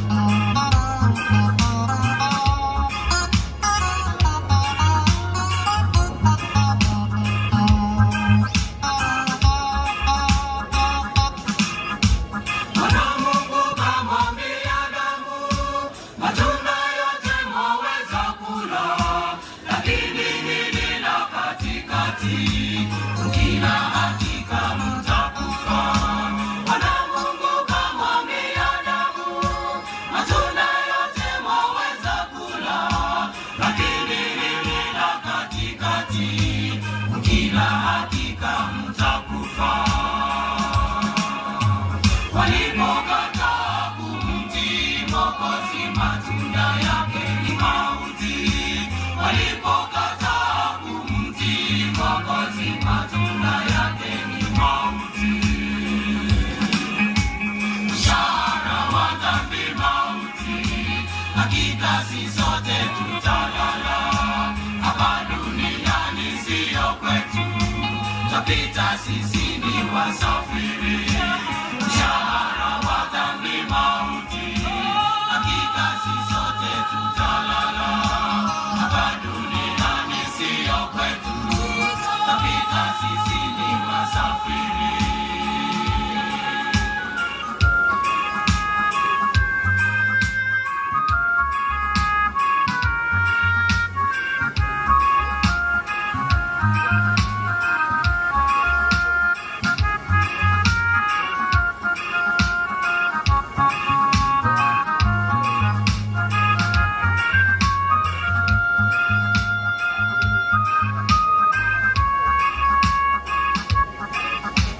Mpendo unayeomboleza, jua mauti ya kusongea, jisalimishe kwake Mwokozi, ukilala ulale salama.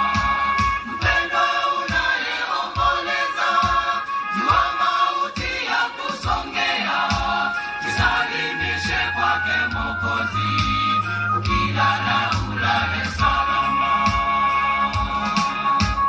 Aliyelala ashamaliza safari sasa yako ya kusubiri. Aliyelala ashamaliza safari sasa yako ya kusubiri. Mshahara wa dhambi mauti, hakika sisi sote tutalala. Hapa duniani sio kwetu, tutapita sisi ni wasafiri. Mshahara wa dhambi mauti, hakika sisi sote tutalala. Bwana, waweke kidogo na maji, nataka wa maji, waweke ya kumaji. Tutapita sisi ni wasafiri.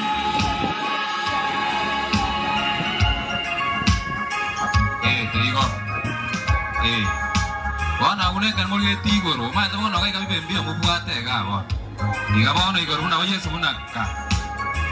Hivyo. Thank you. Hivyo. Wakiendelea hivyo cousins. Karen, late Karen. Nataka kusema hivi. Waendelee kukuja sababu ya hali ya anga tafadhali. Duniani sio kwetu, tutapita sisi ni wasafiri. Mshahara wa dhambi mauti, hakika sisi sote tutalala. Hapa duniani sio kwetu, tutapita sisi ni wasafiri. Mshahara wa dhambi mauti, hakika sisi sote tutalala. Hapa duniani sio kwetu, tutapita sisi ni wasafiri. Thank you. Ni maetege tunabekere iko. I know Finley kuna makazini wao akina mazi wako na makazini but nataka Karen kuna cousins kwa sababu chikazi ni nchiro ngo chanda ase familia. Karen kuna cousins wa mbako anataibu. Thank you. Now tunaanza hivi. Finley, Masi, wale wanawaita cousins wote mkuje hapa. Paliwali cousin njua. Bakoroka Lady Karen auntie. Tariwa hiyo?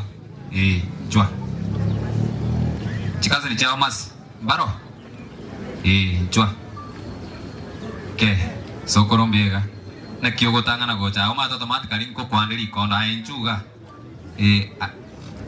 Ngocha baraye, ngocha bari. I think cousins wote mkuje hapa. Uko. Tafadhali tufanye haraka kidogo. All cousins.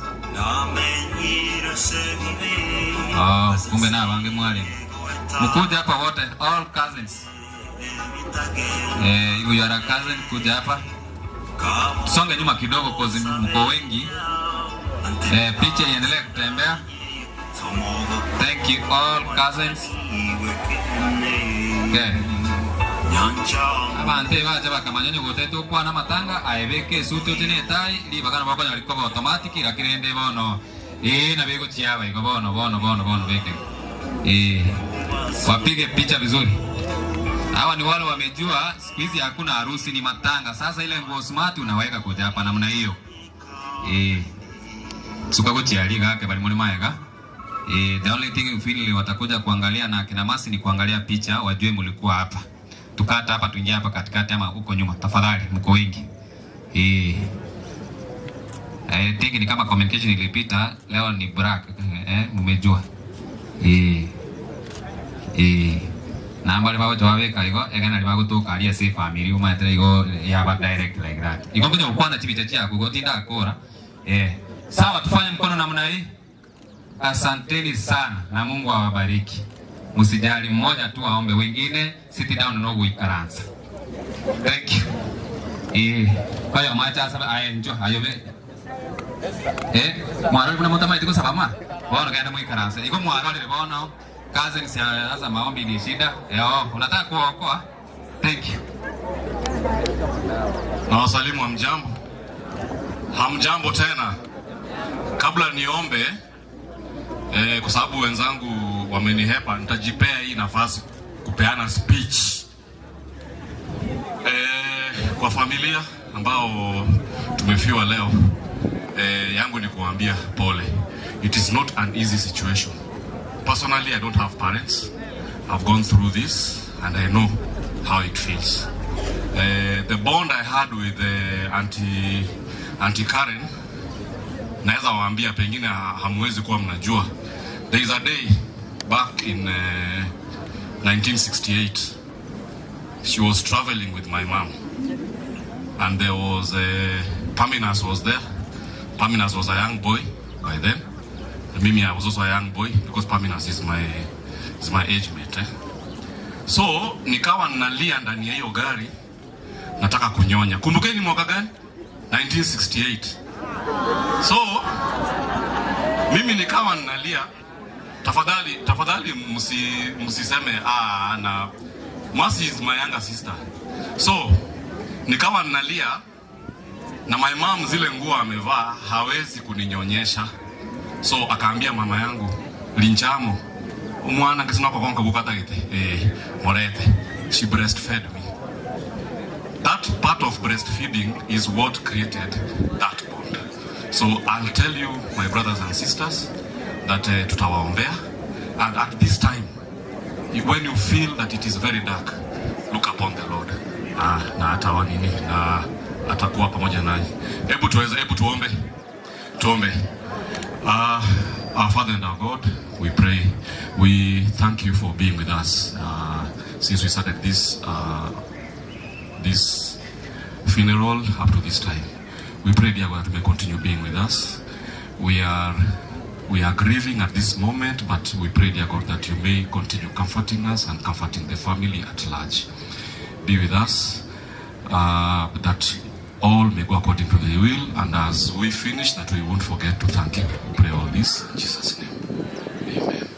Thank you. Kai kumoko saba na hata hiyo koti iko mzuri na iko muiguro tebere iko no uma toto baya tena kin no yo muy no bono iko rende muy wit.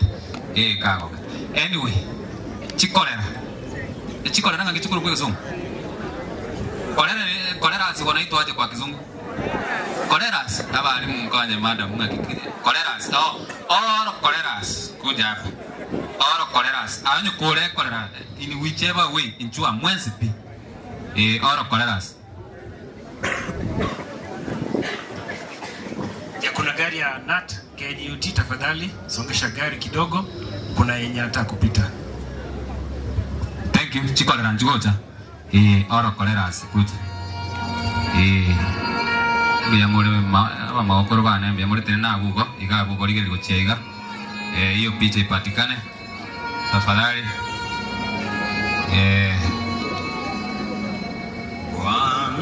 Thank you. Na Mungu niga unajua kwangi na maneno mingi wacha endelea kuja picha, endelea kupiga tu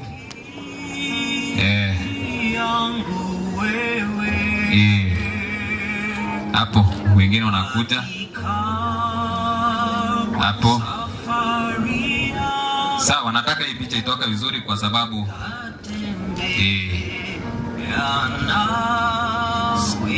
Okay, na wewe niko leo. Okay, miroko miangi hivi. Thank you. Haya, tumakuandika. Tuwasalimie na mnaidi. Salamu. Wasalimie hivi. Asanteni sana. Wacha mmoja atuombee tafadhali. Sio uwanja kwenu. Inu mlikutwa mangana mangi. Habari zenu. Kwa majina mimi naitwa Tom Murwa. Mimi ni ndugu wa Joyce Osebe. Kwa hivyo mtaweza elewa vile niko Korera hapa. Kabla sijaomba kwa watoto wetu, pole, amuko peke yenu, wazazi wamelala, nyakati zinafika wakati wazazi wanatuacha. Na kwenu hii ndiyo nyakati. Na kitabu cha Mhubiri kinatuambia kwamba 1:9 ya kwamba hakuna kitu mpya duniani hii. Kifo wakisiwa nasema kweli magoro. Kwa sababu hii si mpya. Ni vile tu ni nyakati zenu zimefika.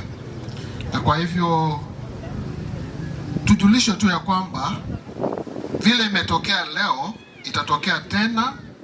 Ni vile tu hatujui ni nani, lakini itatokea tena. So there's nothing new this time, but we just want to thank God for you that you may be comforted at this time and that you recover quickly from this. I know God has got a good plan for you from now henceforth. Let us pray. Our dear loving Master and our God who is in heaven, we want to thank you and praise your name once again this afternoon, because you love us so much, our dear Father. You've taken care of us since the past up to this time, and indeed you've got great plans for us. We're here, Lord, for this moment, Lord, as we celebrate this loss. We know that you know why it happened. Mama had to sleep. The time had come. But Lord, we want to commit the children in a special way into your hands. That Father, may you shine light upon these children. That on their own, you will protect them, you will walk with them, you will make them grow, both physically, spiritually, in all ways, O King of Glory. That you will bond them together at this time is our prayer for these children. In Jesus' name we pray. Amen. Amen. Korela, simama hapa kidogo. Kuna kitu nataka kufanya. Tafadhali muonga anjire au munikubalie sababu nyinyi Korela sisi ndio. Wewe uongee tu jina na ulikujaje hivyo tukienda hivi. Jina tu. Basi waombolezaji hamjambo. Mimi kwa majina ni John Adera Zinjenga. Tumeoa kutoka kwa hii boma ya mama huyu mwenye ametoka, msichana wake wa kwanza yuko tuko naye huko Soi. Kwa hivyo nasema ni poleni sana. Haya. Bwana Yesu asifiwe. Bwana Yesu asifiwe. Kwa majina ni Mulei Rebeka, msichana wangu ni Masi. Mungu na wabariki. Bwana Yesu asifiwe. Asifiwe tena. Yangu ni kusema pole. Mama Rebeka Korera yetu amechukua msichana wa dada wangu mwenye kunifuata mara ya pili. Kwa hivyo tunawapa pole watoto na wote wanaohusika. Kitu kikubwa mbele yenu sasa, muwe na upendo na ushirikiano na mfanye vile mama alivyokuwa akiwa, na msifanye yale ambaye alikuwa ameyakataa. Kwa hivyo nawaombea Mungu azidi kuwalinda, azidi kuwaonekania, awafunike na damu yake na uwepo wake wa Roho Mtakatifu. Mzidi kukaa na kukua milele. Amina. Asanteni sana. Thank you. Wacha huyo. Good afternoon. My name is Happiness. Hamjambo waombolezaji. Kwa majina mimi ni Trufena Choki. Delphine ndiye mke wa Finlay, ni mtoto wa ndugu yangu. Mimi ni Grace Matoke kutoka Umachoge Misesi, kwa niaba ya Delphine ndio tuko hapa. We are here on behalf of Delphine. Majina ni Enoch Ondiba. Nyasaye nerole omolemia wekene intu tuacha gusudia na ye ore okoremia asemia kayonsi mosunte korantuve mariga gotonya oye somo boriane ninko vake aye musani onde tali wamatuko onsi. May God bless you all. Thank you. Nataka kuna ujumbe inatoka ng'ambo, imekuja na ndege saa hii. Intete maukuraso. Yeah. Waombolezaji, nasoma barua kutoka ng'ambo vile mmesikia kutoka kwa Kolera Beatrice Omari, and these are condolences. We were great friends with the Kolera. She used to call me as her sister, not Kolera. She also called me Nyaituga. Most of the times, she was a loving Kolera who had a clean and kind heart, always ready for anything. So my children, I know you are all loved a lot by Mom Kolera, but since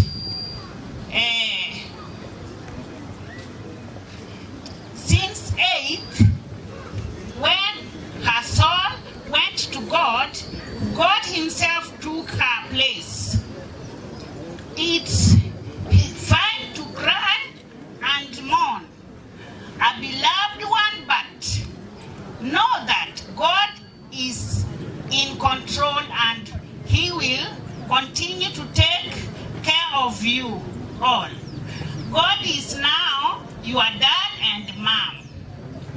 I and all mourners have today committed Kolera's family into his hands.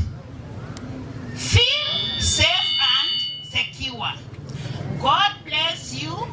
We will meet at the isn't trumpet, at the first trumpet sound of God. Bye bye, Nyaituga Kolera. Thank you. Thank you. Ebibiro binta bikoreti no ititingwaka no igomonya kungabira ninde chikorere chika chikwane ningo chiali iko Kolera wewe ni mzuri, hiyo kizungu iko sawa. Sasa hii miaka naona uko na hiyo sauti hiyo iko sawa. Asante sana. Nengo hata baba nje no mochokoro we. Thank you. Family members mkijipanga kuanzia mkubwa hadi mdogo ndio mnakuja next. Kwa hivyo my co-MC nakupea nafasi hii ili yes. Asante sana Madam Jane mwenye ni education officer, tafadhali uje. Na pia Dickson Isaboke walikuwa na mama pale ngambo, tafadhali mje kwa haraka tukiendelea kuona. Ro bora buboko bara o bora bu waseyo woba ro ra yeso osunto tambe o mwegene yeso ngara sore. Waombolezaji, familia ya sister mkubwa wangu na wazalimu wa mjambo. Leo ni siku ya kumuaga mwenzetu. Tulikuwa tunafanya na yeye kwa ofisi, na ikiwa kuna one of the education officers or those who are here when we were working in the office, education office, tafadhali mkuje na sisi tupiwe picha. Ikiwa wako, wacha nichukue fursa hii, wale ambao najua kina Mboli, kina wengine, tafadhali kujeni, tulifanya pamoja.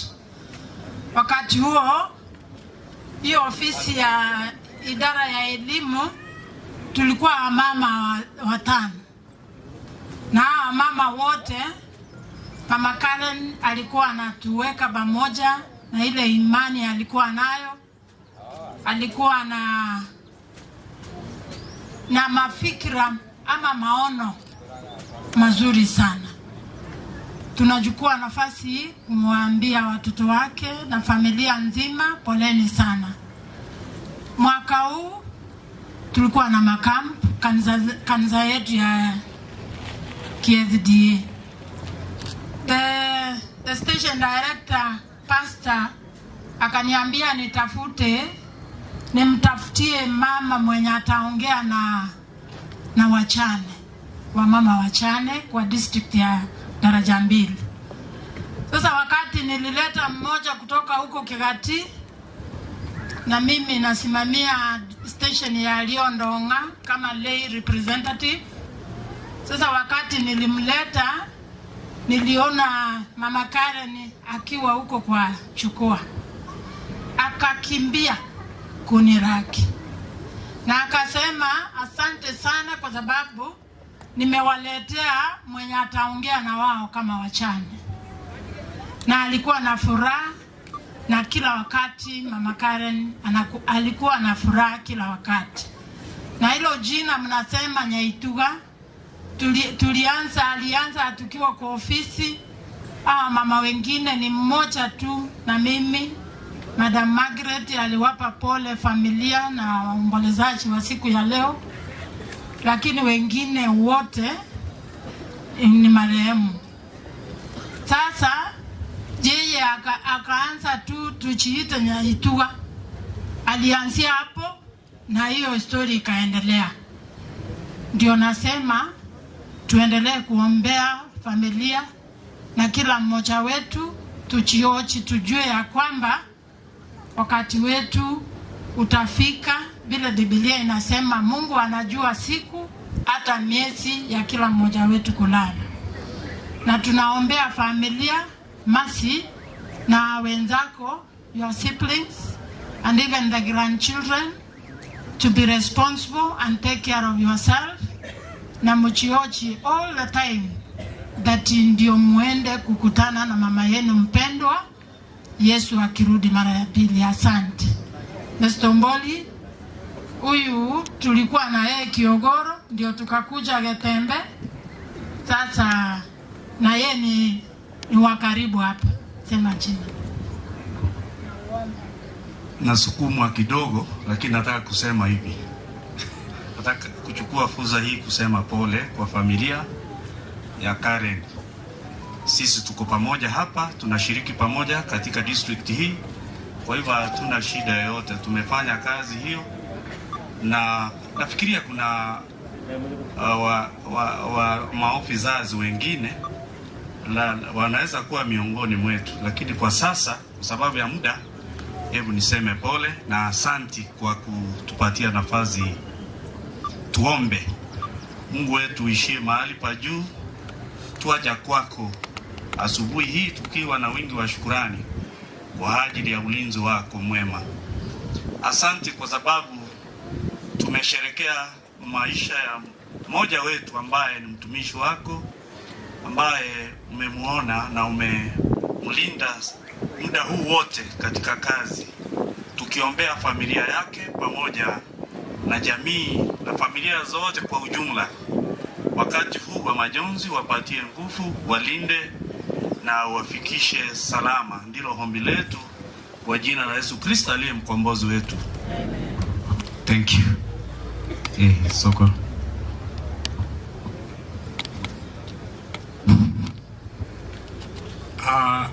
Mungwano yao tena kwa ni lietrioka herentene nisnya saranse. By the way, inche dongo kwana una oyomo wa bana bali baralia una mesa kakayibona yende uchi. Mesa kanchuo chaga. Nali bara mane twale kurare gitande kemo nchinere. ngona kwane lakini inataka moro mwanche ni tuwa wate on behalf of your family on CP. Kuwaigo on my behalf on the family from America in Kenya here, we have said all the condolences to the families of Miss Bosire. You know, I contributed a lot, but then unfortunately, I did not appear to the funeral. But my heart goes to the family. You have to understand life is short, and let's keep it up. I'm not going to preach for you because you have Randy Barrow. Karen Noarenge America Nanche for a few weeks before she came to Kenya. Nandi Karen Gawocha Omuchomoninda. I saw that already. Idiondonga. Nobosiran Somet. And they stayed with my family up to now very close. I'm with you. Any problem you have, I will help. May God bless you and may God take care. All of you. Asante. Maite suti ya vete ne kia wano nari kumunacha sokoro mbiore. Ara America wara verero. Mwakele chiko kwa naira yale ke bwana. Thank you. Sawa. Sasa tunaingia kwa familia. Aikawa no mogo chaka mwara alike no ora tukwacha matango nya kwacha mangao teria na boku manga kiteria igoro lakini kwa ngimwesi no mura. Karabu liyo yumole komo ayasi kwa roba ntombe yabale. Gosau chane teke nyorukwara boli. Okay. Tunaanza na Masi. Nataka family Masi. Ukikuja na wale wote walikuja kwa niaba ya Masi wakuja hapa. Ni picha, sasa ni wakati wa picha. So tuko photo session. Tafadhali. Kujua familia ni baadaye. Masi akuja hapa. Kama ulikuja kwa niaba ya Masi, kuja hapa. Kama mulisoma na Masi, mnafanya kazi na yeye ama in whichever way, sasa kujeni hapa. Wote.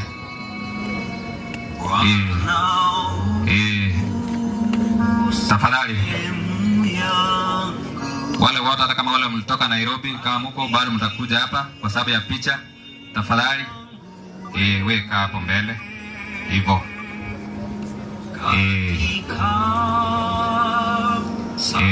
Kapo.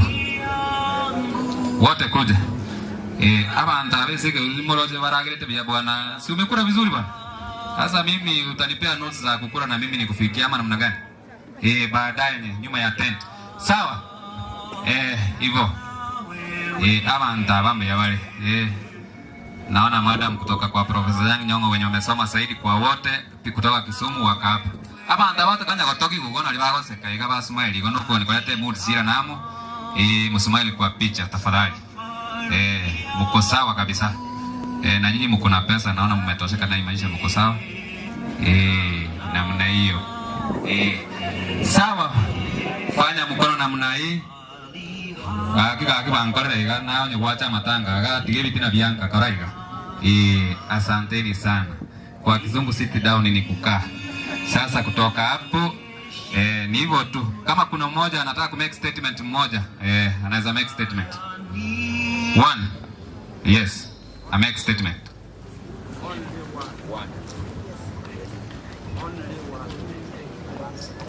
On behalf of from Wonder Women, we'll sing a song, just a song. Sawa. Bwana usemu yangu, rafiki yangu wewe, katika safari yangu natembea na wewe, pamoja na wewe, pamoja na wewe, katika safari yangu tatembea na wewe, mali hapa sikutaka ili niheshimiwe, na yani kute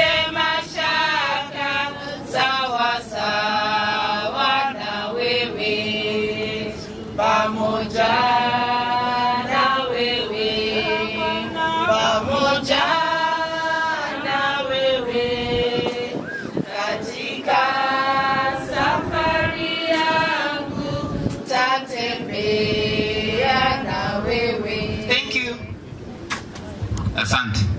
Igomba wengine ona muri muri nkaga igomo mwanya kuliga na ino kama moja matanga igomo mwanya kupima. Watu wameniambia wanataka kubaki hapa. Nje na kwa wameniambia namna hiyo. So anyway, tunaenda Eric kuja. Eric na wale watu wamekuja kwa niaba ya Eric wakuja hapa. Pasa ni ngoroje nimekulikoga na sawa. Sasa kama uko kidogo. I know. Eric yako wapi? Wale watu wamekuja kwa niaba ya Eric wakuja hapa.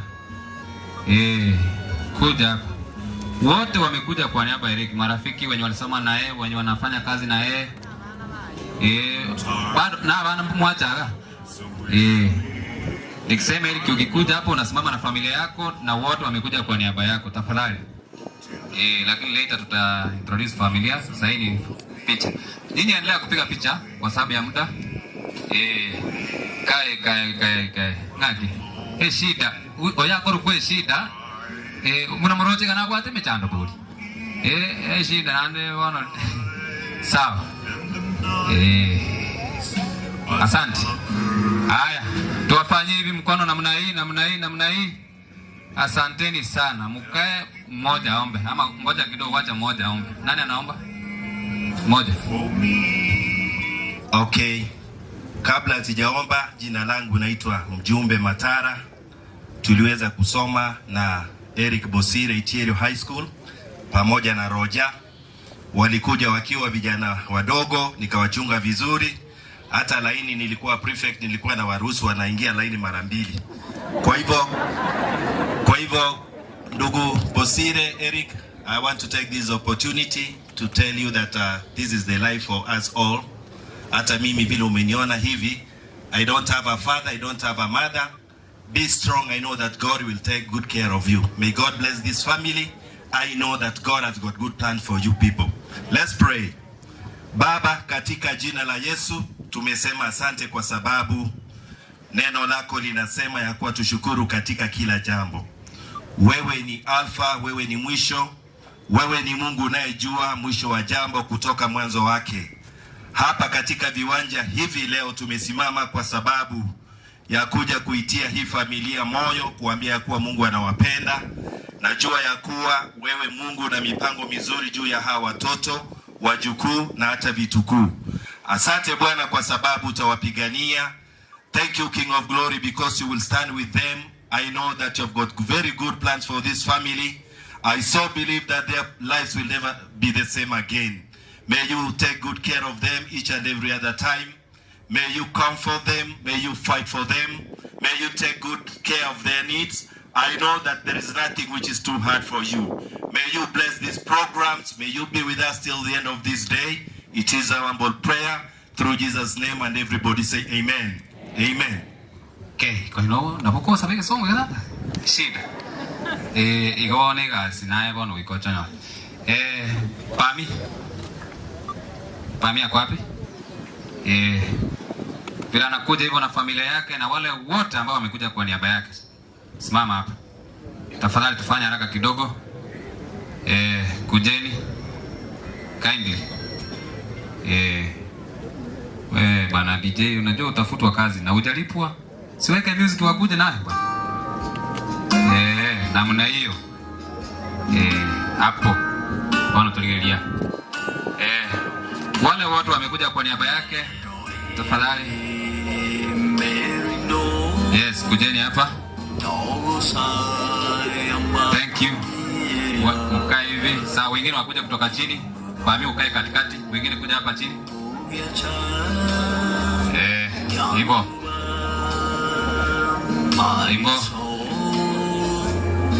Thank you. Haya, endelea kupiga picha, mkimaliza mnaniambia.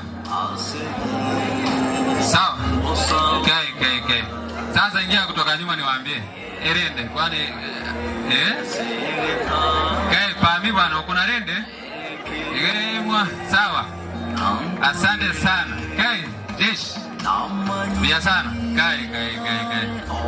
Aigambu ya. Sawa. Wewe sasa hiyo music unaweza ikata. Wewe wapige picha. Hawa watu kwa Pamia kwa na marafiki wengi. Pami na ande wakanyakulikire lingo no cha basani na bwaba na beko enda iko. Matanga nege sange kwa sababu.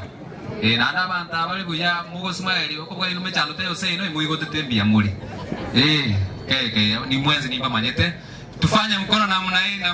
Asanteni sana, Mungu awabariki, awalinde. Sit down ni kukaa, mmoja baki, mmoja tu, nataka mmoja afanye kitu moja. Thank you. Justice. Haya, kwa niaba ya ndugu yangu Paminas, tunamuita Platu, tunamuita Pami, hizo zote ni zake. Tuombe. Asante Baba mwema kwa ulinzi wako umbali huu. Asante kwa kuweza kutujalia mema na neema katika siku hii ya leo ambayo tunamsindikiza mpendwa mama katika safari yake ya mwisho. Asante kwa kuwa umeahidi ya kwamba utarudi tena. Na asante kwa tumaini hili ambalo ndilo linatutia nguvu hata tunapozidi kuishi katika dunia hii ya dhambi, ya kwamba ipo siku utakaposhuka na utukufu, ya kwamba sote tutaweza kuonana na wapendwa ambao waliokombolewa. Kaa nasi, dumu ndani ya mioyo yetu, tupe ujasiri ya kuona siku ya kesho na hata nyingine. Ndilo ombi na tumaini katika jina la Yesu. Amen. Thank you. Vini, Finley. Kuja hapa na familia yako, na wote wamekuja kwa niaba yako. Wale wote wamekuja kwa niaba yake wote. Wenye mmetoka mbali na karibu, tafadhali mkuje, tafadhali. Tunaangalia hali ya anga si mzuri, ndio maana mnaona nawapeleka mbio namna hiyo, kwa hivyo mnisamee. Tafadhali mkuje. Kaba hili naba sani na umokonya gocha. Kujeni. Panga hapa.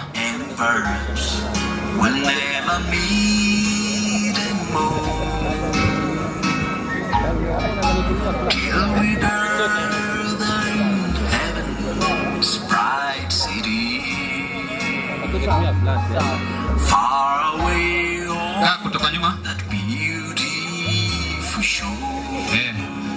Wewe mwenye simu tafadhali, unaweza simama hapa. Haraka kidogo. Mamu ndoje wajire vile vya sana. Na ande ninje nkwe yate mwalie sivyo ararandi haya.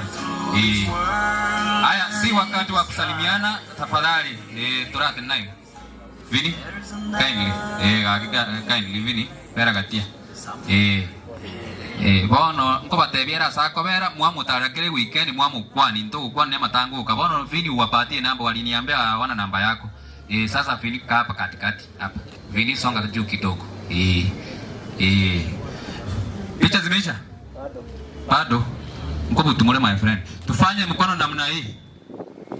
Kulingana vile mlichipanga. Sababu nyinyi ni watu wa kizungu peke yake. Mmoja abaki apeana maybe ombi. Ulio maete kwa sawa. Mmoja tu. Ombi. Wengine mnaweza kaa. Wacha kidogo. Hao watu wametoka mbali sana. God's good. And all the time. And that's his nature. Sasa sisi tumekuja kwa niaba ya Finley. Finley ni daktari mwenzetu. Hao wametoka mbali. Hata wengine wasikii Kisii. Hatuwezi wauishi hivyo. Ile Kenyatta Market team, simama hapo mbele kwanza. Kenyatta Market team. Na naongea on behalf of the Kenyatta Market team, wamesimama na Fini, bali pili anafanya kazi. Huyu ni Jared. Yes, in the Kenyatta Market team, tunawashukuru wamesimama na Fini. Sawa. Asante. Kuna Nairobi team? Nairobi team?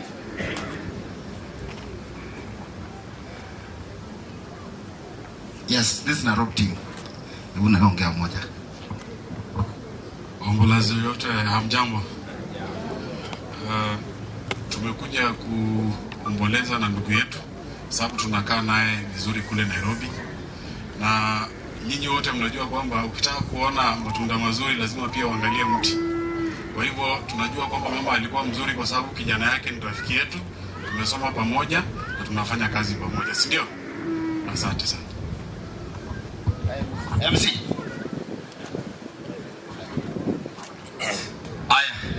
na tuombe. Aishie juu mbinguni Mwenyezi Mungu, mchana mwema, siku njema Baba, tuacha kwako. Tumekuja kwako Mwenyezi Mungu jinsi tulivyo. Wewe unatupenda, umetupea rehema na umetuhifadhi hadi miaka tulio Mwenyezi Mungu. Ndio maana mchana huu Mwenyezi Mungu tuacha katika uwanja huu mara ambapo tunafanya sherehe ya Mama Karen. Anaporudi Mwenyezi Mungu mahali alitoka, Baba naomba uweze kumrehemu, uweze kumlinda Baba Mwenyezi Mungu, na watoto wake na wakumbuka mchana huu. Tuwasoma beba katika maandiko Baba Mwenyezi Mungu kwamba mayatima ni wako Mwenyezi Mungu. Walinde na wape afya njema, ili Mwenyezi Mungu wanapopita wakuweke mbele. Papa Mwenyezi Mungu, wacha wajue Papa wa kipekee ni Papa Mungu aishie juu mbinguni. Mwenyezi Mungu, pengo ambalo limepaki Mwenyezi Mungu, wacha uingie katikati. Walinde kwa mambo yote. Shetani anapojaribu kuleta mitego yake, wacha ashindwe katika jina lako Mwenyezi Mungu. Tunamkemea kwa sababu mwovu huyu Shetani alishinda kutoka shamba la Edeni na anaendelea kushindwa hadi sasa Mwenyezi Mungu. Watoto hao Mwenyezi Mungu wanapokaa, kaa na wao. Wanapotembea, watembee na wewe. Chochote wafanyacho, wacha wakuweke mbele na waweze kuinua jina lako Mwenyezi Mungu.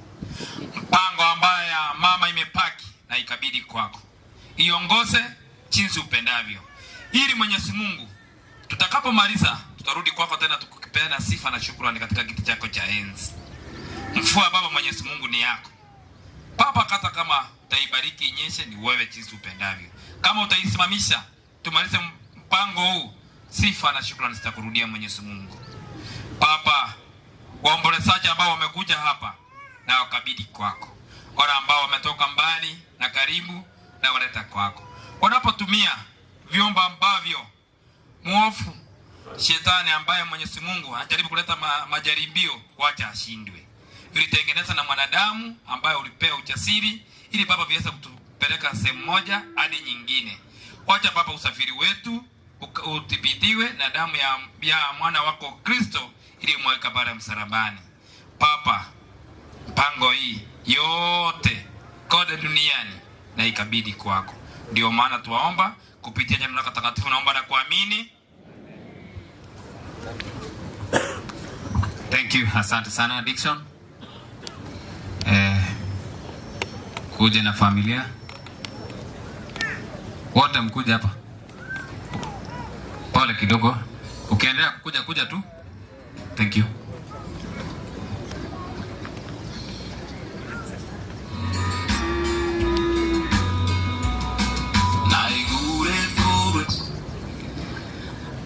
Good afternoon. Mimi naitwa Gloria Omari. Ni sister Delphine Omari, one ya Finley. She is not within the country and she did not make it to come, but she wants to give her condolences. So please, if you will allow. Delphine.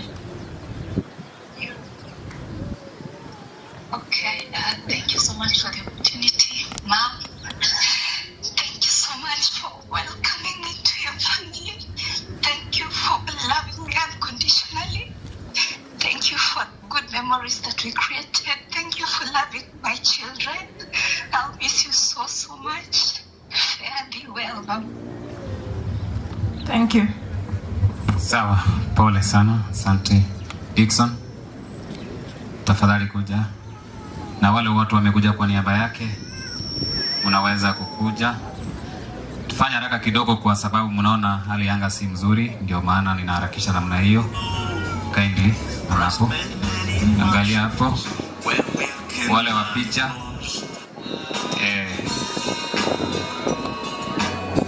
Pole. Hapo. Tuweke laini mzuri kwa sababu ya picha. Thank you. Sawa sawa. Haya. Sawa, asante sana. Haya. Tuwasalimie tafadhali, tuwapungie mkono. Tuwakolere iga. Asanteni sana. Maybe mmoja anaweza omba tu tafadhali kwa sababu ya muda. Asante. Tusabe Nyasaye itumia twakubakira sengenja Nyasaye twakubakira sengenja omwana watwanjire tugutara tukwete Yesa itikotora mabiru tutambuki beyond ya omwana Dickson twamikira soko kwena very special way asengenjo obene family ya Monindo bakwabera omwana obo tikatukoba because of the family of Mugaka Bosavania asenje they have accepted the boy the way he came and the way he is. As they continue being together, Jesus, may you make them very family. Egaramono by Mukereli, Wetra Savana Vaiga, Wetra Sumano Yiga. And then family, Port Villa, Senator Saint Joseph, Minatoro, Essential Corta Aramongo Chasari. Let us believe and trust, and as the boy continues to be here, a family on Mukereli and beyond where a second annual ticket to a Savira Secretary Manuso somebody too. Thank you. Kufikia hapo kwa sababu ya muda najua kuna wenye sija recognize na kuna wenye wajaongea, lakini kwa saa hii naomba kwa MC kuna ile kwaya ikuje tuende kwa kanisa kwanza alafu tutarejea baadaye kwa sababu ya Rianga. Thank you. Asante sana Ncheranka kwaya tafadhali kwa haraka.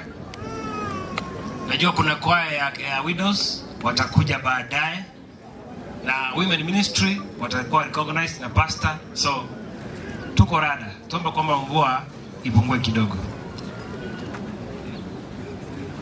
Rorobora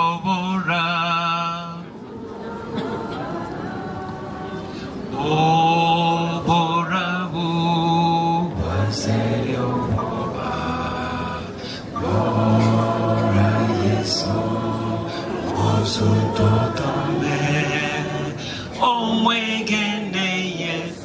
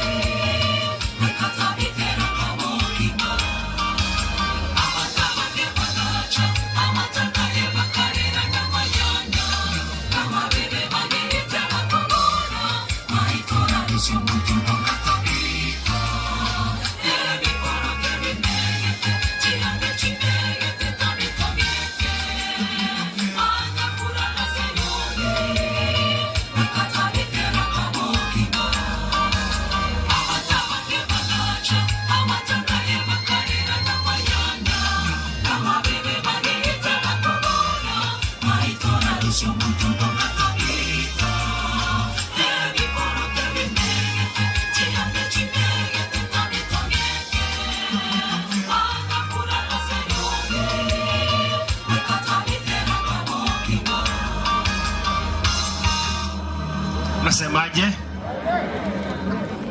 Tungependa kuomba tumlete pastor. Hata kipindi atashikilia hapo, na kuna wale tunakumbuka kwamba wajaitwa, tafadhali tutapata nafasi kama mvua itanyesha. Tuombe. Baba na Mungu wetu aishie mbinguni, sifa na shukrani ni zako kwa sababu umetulinda umbali huu Baba. Tumeanza matanga haya hadi wakati huu tunapoendelea Baba kwa nasi. Tazama hata mvua Baba, tuomba kwamba kama ni upendo wako uishikilie, tumalize vema ili sifa na heshima zikuje kwako. Mchungaji anapokuja sasa kwa ajili ya programu nyingine, tuomba kwamba umuongoze. Roho Mtakatifu atamalaki katika matanga haya hadi tamati kwa Yesu Kristo mwokozi wetu. Pastor Harold Geseke ndio pastor wa wilaya ya Daraja Mbili, karibu. Praise the Lord. Nataka kutoa shukurani kwa Mwenyezi Mungu rasmi hapa kwa ukumbi huu, tukiwa kwa sherehe ya dada yetu Karen ambaye ni mmoja wa washiriki wangu wa kanisa la Sunshine, na hakika tumempoteza mpendwa, lakini tunatumaini la ufufuo. Kana entertain ana amen. Mungu etege songe kila kitu. Kana entertain ana amen. Amen. Yes. Kwa hivyo Mama Karen ni anti yangu. Huyu ni mke wangu, huwa ananisaidia sana. Mokorera igarendi.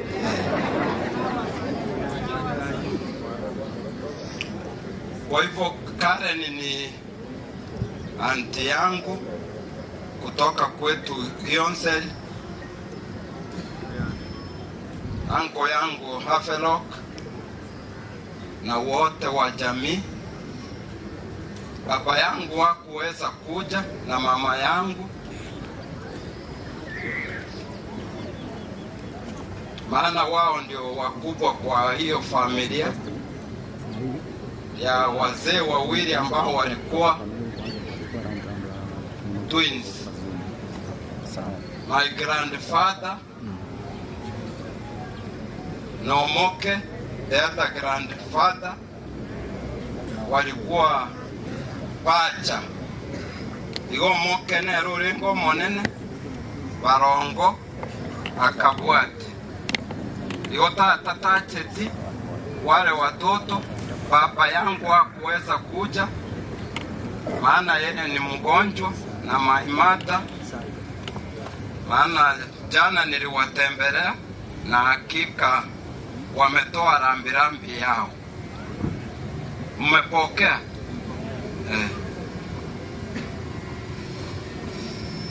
So allow me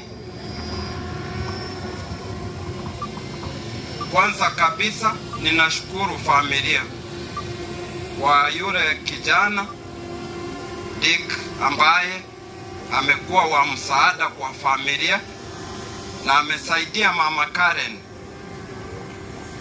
to the point hata mkiona nikisimama hapa ni kwa sababu ya yule kijana. He tried to save the life of my aunt, lakini haikuwezekana. Josephine and Japhet, Tenena please. Tenena, Japhet, where is Japhet?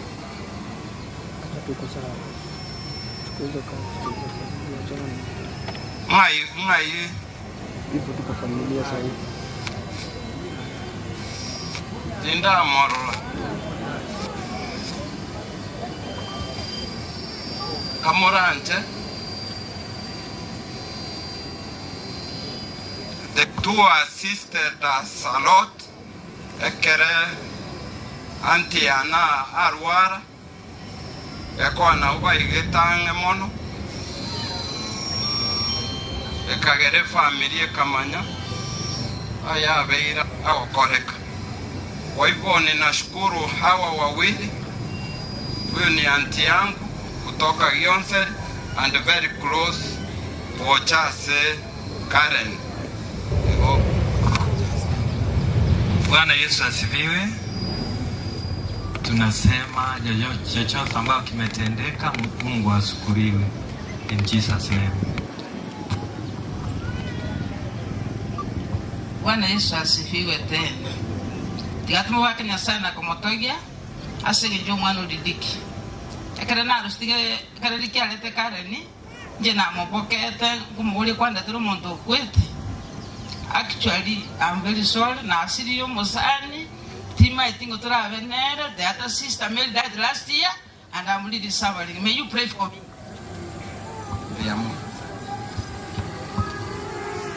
Igombi ya mono.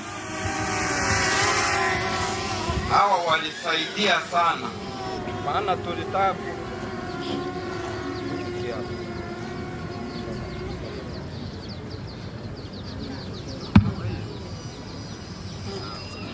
Igo mama Karen tungeweza kumsaidia, lakini tiyanya arekana eko era pressure yaye unawikanya gitari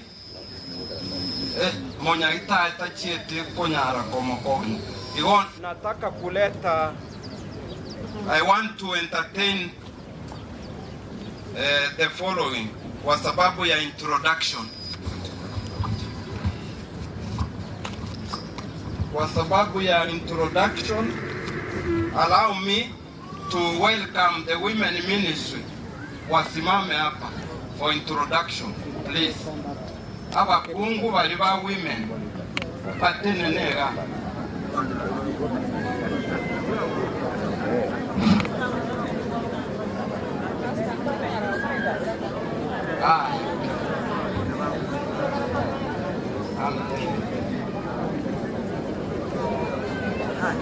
Women ministry leaders, allow me to lead you.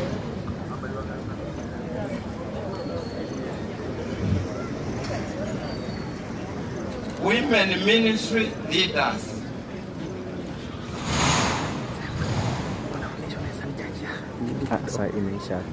It is time for spiritual nourishment. Amen. Introduction will not take spiritual nourishment.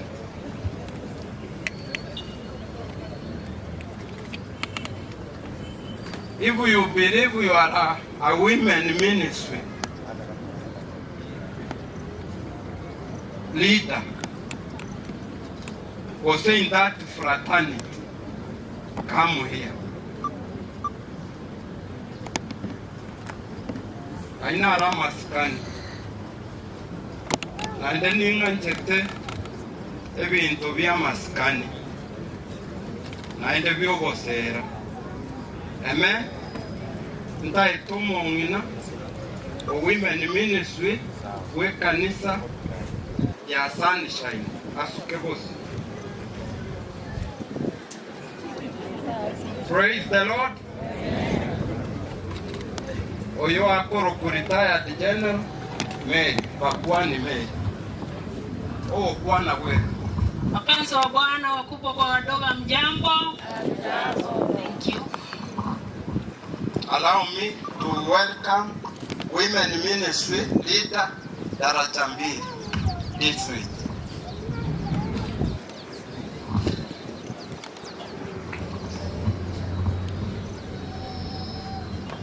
Wapendwa, marafiki na familia ya Mama Karen, na wasalimu nyote, hamjambo?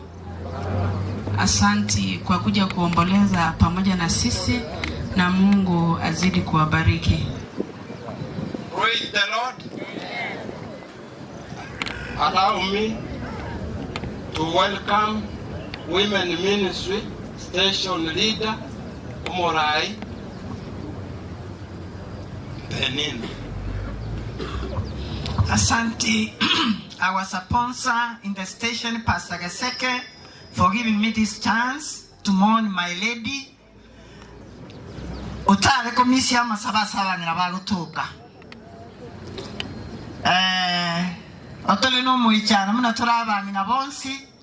Asenge nje twalusire our pillar in the widow fraternity. Muna Pastor Tebire nkolera tole na inti na ototage tolere ke atindara bakungu bako aruyi bakomambia na wanda keteko tebanga kero soma Zaburi 89:48 ige kobonga muntu kyo takwe bana banya sai kale ni ero timoke abana ba kale na watogo sanga nya sai oli kale ni ale go saba. Accept that your mother has passed away. Adjust yourself and advance. When you will accept that way, you will be able to move on and look around, and when you cry, look into above. That's where your help can come from. It's our prayer as your mother used to pray for you. You also become prayer warriors, so that you can be able to contain the loss. Kiuliza watu wengi hapa, utaweza kukuambia hata wao hawana mama, hawana papa. Yale tu tunawaombea.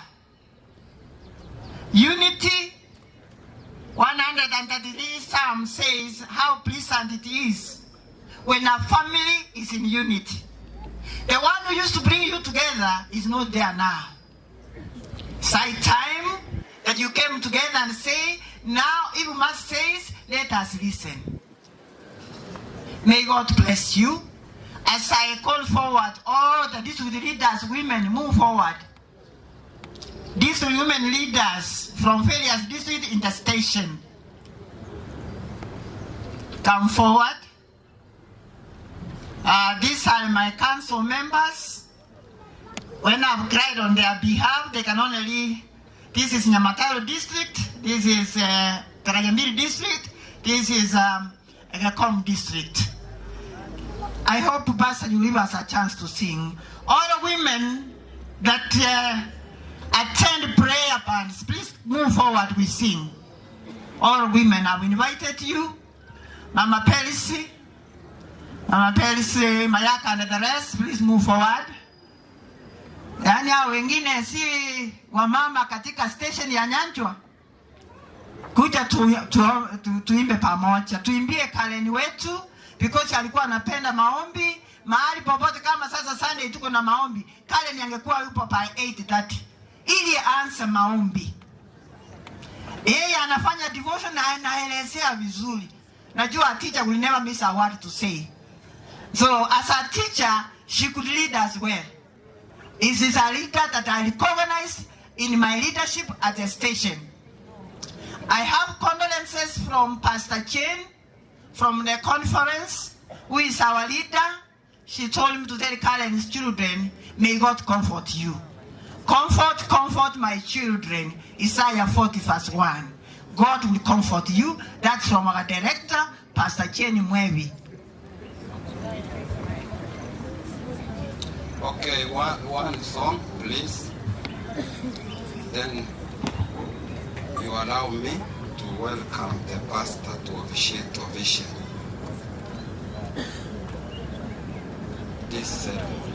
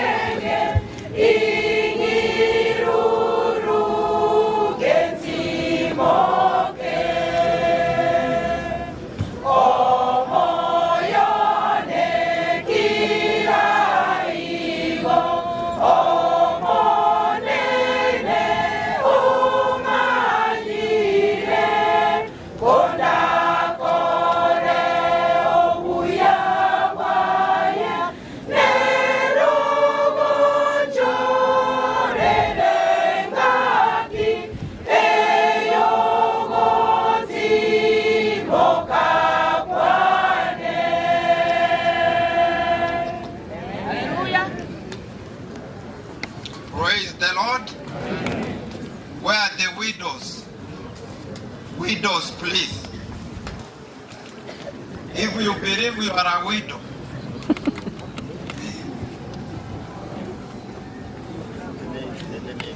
widows.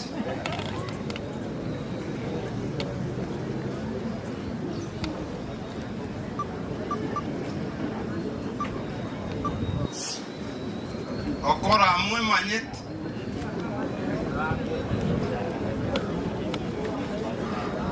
Ena bora abu bora kara kini otama yetina no mubora kora.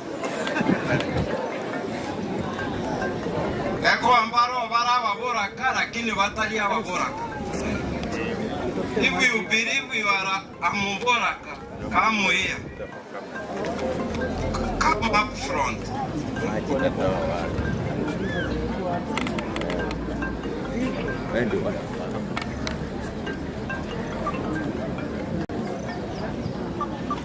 And the munyore n'abate bino moyegoyo no wibwe kanisa.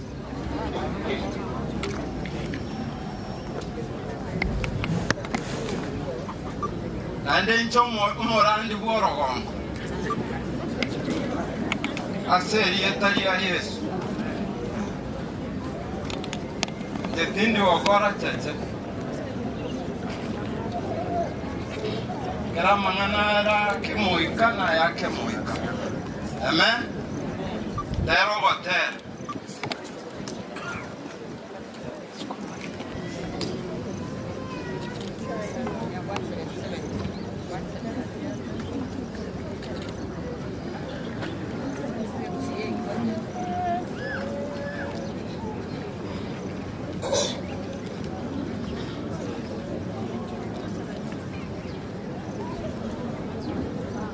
Ni kwa neema tuko hapa Bwana.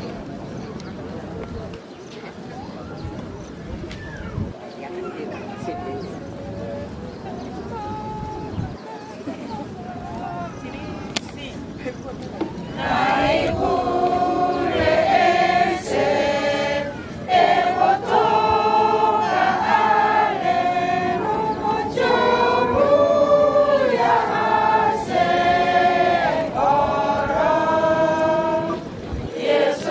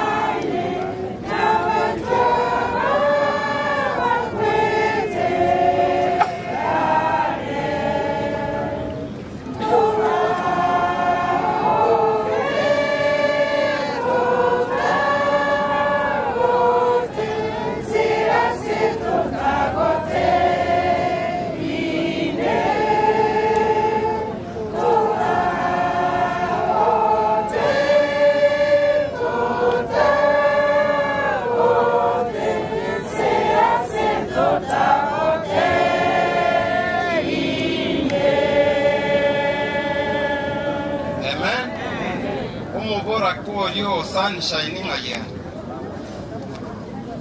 Bakwani neri. Abantu abamonene twabakwanira imbiya muri mwezi. Tweyerira imbiya mono bali mwezi Nyasara akorwasi kinga kyabo. Twanyalire goikaga iga asomuyega goyo minto Karen. Karen ni igare kobeke yanga tobegete. Igonere gare ngase gurugu yeito. Nto kumwebe kyagera igare ngeweke yo muboraka oso agati nonye nase bali batasometi obwenerororo na basomete obwenerororo nigo are ngomukungu ko kumia nigo togo sabira abana baye toko batebyanga ekero mamo mino na tato mino barenga senseye omoibori one na rengororo momo nene kobabua bons oyo tigairamo na inwe ero otakwe otagote otali korwara otali mongiti na endo rororo goikakare na kare aina araba bora kabako batebi Omora igwe diswit.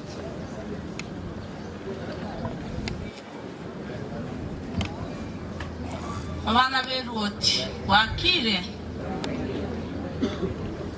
wakire bwairire byamono ona gotwasira tuno moichano aseng'encho yominto kale ni anyale kogotonyora lakini ntubwata gwasemeri ng'amakweri anto chikunyasokiri tukelimo ntonyaboria amakweri ng'aichinguru chiago chire taliko chigotoka nanda nandimo ng'egento kera chigosirigwa kale na amakweri ase iga abamutotora tiga twegene ng'akorara tore lakini yogosemeri nkore bosio yembera ase bali bamwegeni omonene abana ba Kareni mosesenigwe mobamo mobwatimbaratero chiama amomino mogende kanisa mosasime Nyasaye moyo nero rabakonye Nyasaye orieteiranga nero murendi bwababuraka nechintakana tako badiga enafasi eri mamo minatiga onye kabire tiyare nande mogende yakoba buyamono masemeri omona chinga kichionsi mona bagitere chinga kichionsi amina tosabe omochena ndo mwanchi tata Nyasaye bwemeganda Nyasaye ro chinga kichionsi chinga kicheme chando noboro nigoro yobwa semeria chinga kichiomo kwa nigoro yobwa semeria etwachira sura segitie ka seng'encho yomosombo Kareni tokora ngambiya mono moyegoye ogendete kwera buya bona tata abamuntu barwe chingongo nye chiense gocha nekera bakoirana obagitero orusie bigocha chinchera obentera bayabene oikikero yomeka yaye buya n'abana ba Kareni bagochigotigara ritiko liare rasenkeri boka basoe nyumba obamona barabwa malaika abaitanane obaboremu n'ogosemeri gwetanti embere Nyasaye bona twababikira sama gokasenchera yabene nande twegeni ngatoko batiaka nolieteira nababura kamansi bachira nabonsipi twetigira asole twegeni notolende ekera tokorara turara soga semeria tochikonya roko boki gwakale na kale nakugosaba gwita setera Kristo motoria. Praise the Lord. I hope I've done my best. Amen. And I hope you are satisfied. Praise the Lord. Nganchere bono ndeta barandi. Pastors present. If you believe you are a pastor,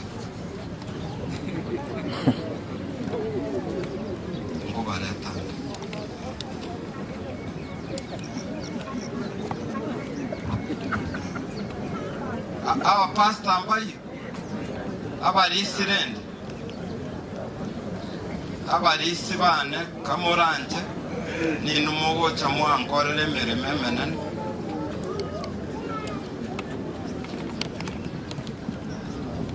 pastors uko elders on this side. Wilaya yangu ya daraja mbili tuna elders ni wengi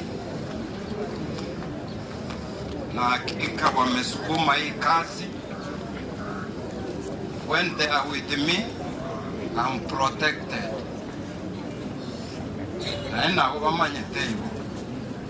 Asenkorwane u na ubago chaini. Amen.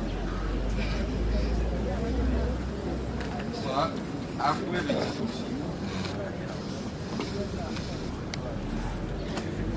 Okay, akwebi chei. Kuna hata moja. Umolisi areri usabe. The senior most.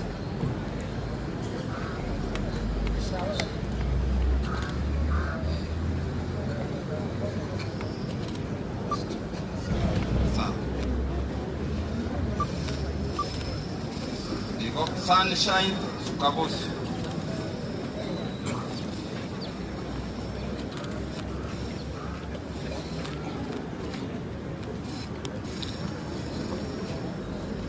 Una mubaro cheiga abalisi aba bakorere merememi na ubagere to this far. Naende kuna Karen ya rarete wamekuwa pamoja na familia. Mchakere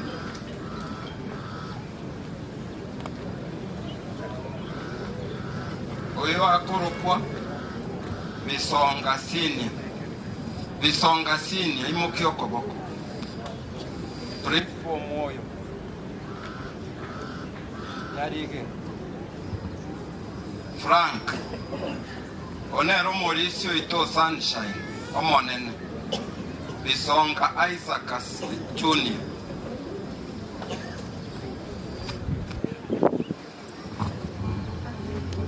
Biamono onare Biamono abaombolezaji bose mwaikirega wale wote ambao wamekuja hapa kwa ajili ya kumzindikiza mama Karen ambaye amepumzika. Karen ni mshirika wetu kiroho na tumekuwa naye katika kanisa la Sunshine kwa muda wote huu ambao hadi wakati alilala. Karen kwa ule muda ambao tumemjua ni mama ambaye anapenda sana kujua neno la Bwana kila wakati, kusoma leseni, kuchangia mambo mengi kanisani. Tunashukuru ya kwamba wakati Mungu amempatia amepumzika, watoto wake ambao wamebaki wajukuu wote mfuate hiyo njia ya kwamba vile mama mmoja asema kwamba mama mmoja ambaye ni wa mbinguni ya tuko naye. Ningependa tuombe na sijui kama watasoma. Yeah. Sasa ningependa tuombe kabla ya historia yake. Hebu tuombe. Baba na Mungu wetu wa mbinguni, shukrani na sifa ni zako zote wakati wote. Wakati wa vifo, wakati wa dhiki, wakati wa furaha na wakati ule wote ambao unajumuika mahali popote tulipo. Tunaomba Baba utujaze na Roho Mtakatifu na wale wote ambao walikuja hapa wamekuja kwa ajili ya kumzindikiza mama ambaye amepumzika. Yeye amemaliza kazi ya ulimwengu huu. Kila ambao kimebaki ni sisi ambao tulio hai tutende mema ili Bwana jina lako liinuliwe juu. Na kwa wilaya yote hii ambao tumepoteza mama, naamini ya kwamba kuliza kwa pamoja kila mmoja wetu, hasa utukuangalia na tujua kwamba wewe tu ndiye Baba wetu ambaye anatupatia uhai. Na upendo na vipindi vikiisha Kristo viishe kulingana na mapenzi yako, kwa tumema na kuamini katika jina la Kristo mkombozi wetu. Amen. Kwa hivyo hawa ni wa district ebu makanisa niko nayo ni 7. Thank you for coming. Kwa hivyo niko na wachungaji hapa.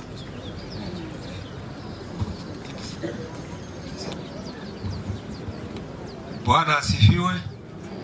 Ni Reverend John Malwa, ni jirani ya Mwalimu Karen. Nasema kwa watoto wa Karen, Mungu awafariji, Mungu awatie nguvu. Asante.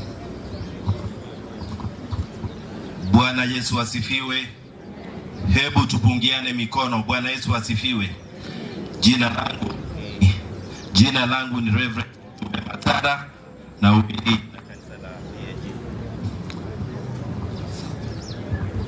Bwana asifiwe. Ya kwanza nataka niambie Pastor pole kwa kupoteza anti. Wacha Mungu wa amani aweze kuvatia faraja. Pastor, unikubalie niongee jambo moja nimeona hapo. Kuna mtu mmoja aliyekuwa wa Biblia anakuwa anapita, mama mwingine akasema, huyu mtumishi wa Mungu, wacha tumjengee hapa juu kanyumba, tumwekee kiti yake na meza na kitanda pahali anapomsikia. Ni nini imefanya niongee hiyo Pastor? Huyu mama amelea ule kijana. Wacha familia yake Mungu ambariki. Tusimame juu sisi sote niombe. Tutende tuanze tafadhali. Umekaa umechoka. Sasa tusimame. Wengine wanafikiria huyu yeye afai suti na kiatu. Sasa huyu ako na akili kweli, akili iko yote. Tuombe. Baba yetu na Mungu wetu, wewe ni baba yetu na sisi ni watoto wako. Baba, ni jioni nyingine njema tumekuja mbele zako. Ja kwanza jini dhambi wa dhaifu. Baba, tunaomba usamehe na tutoe na damu yako Baba. Wanaona tuona zangu njo. Yomo zambo onyaiko ya tatone. Ayokole memengi emiya azense ya tatone. Wana moyone abana bae watigai. Tata kwazaga oba semeliwa watanye beanye zenya kaisa ito indina eti. Momote moya zengeya ega tatone akole familia go tatone omoyega kwa zedingana. Ono musombe wotata tawo chikweta ingari yaho tuasabire omotunde na manga embulane yaho nelingana neli yaho onone toko ambuya embuletu eba konenzi kubikuyanire toko ambuya teguline lingari yaho eba konenzi kubikuyanire kolende okuwandi koito ekwale nginya oratenire Ido musomo kwa akwanyele yao asabana bao. Waina basani bawe timonje tatone na sayo baseni tenjinga jabo nyabana babo na bana bao obase tato ba mabela mahye. Anyo ile pasa yeseke omonyene edisti. Na tatone ta koela. Moyo ogosemelo wetani tiembera. Mheshimiwa Diukina sama ukao takola abantu bao mwenye mwene ikoba sobre asegetezo pasana kwa yena. Diuki lero ngoele ya tunabakala ile suti na ile mbwene. Omogano please. Omogano. Please.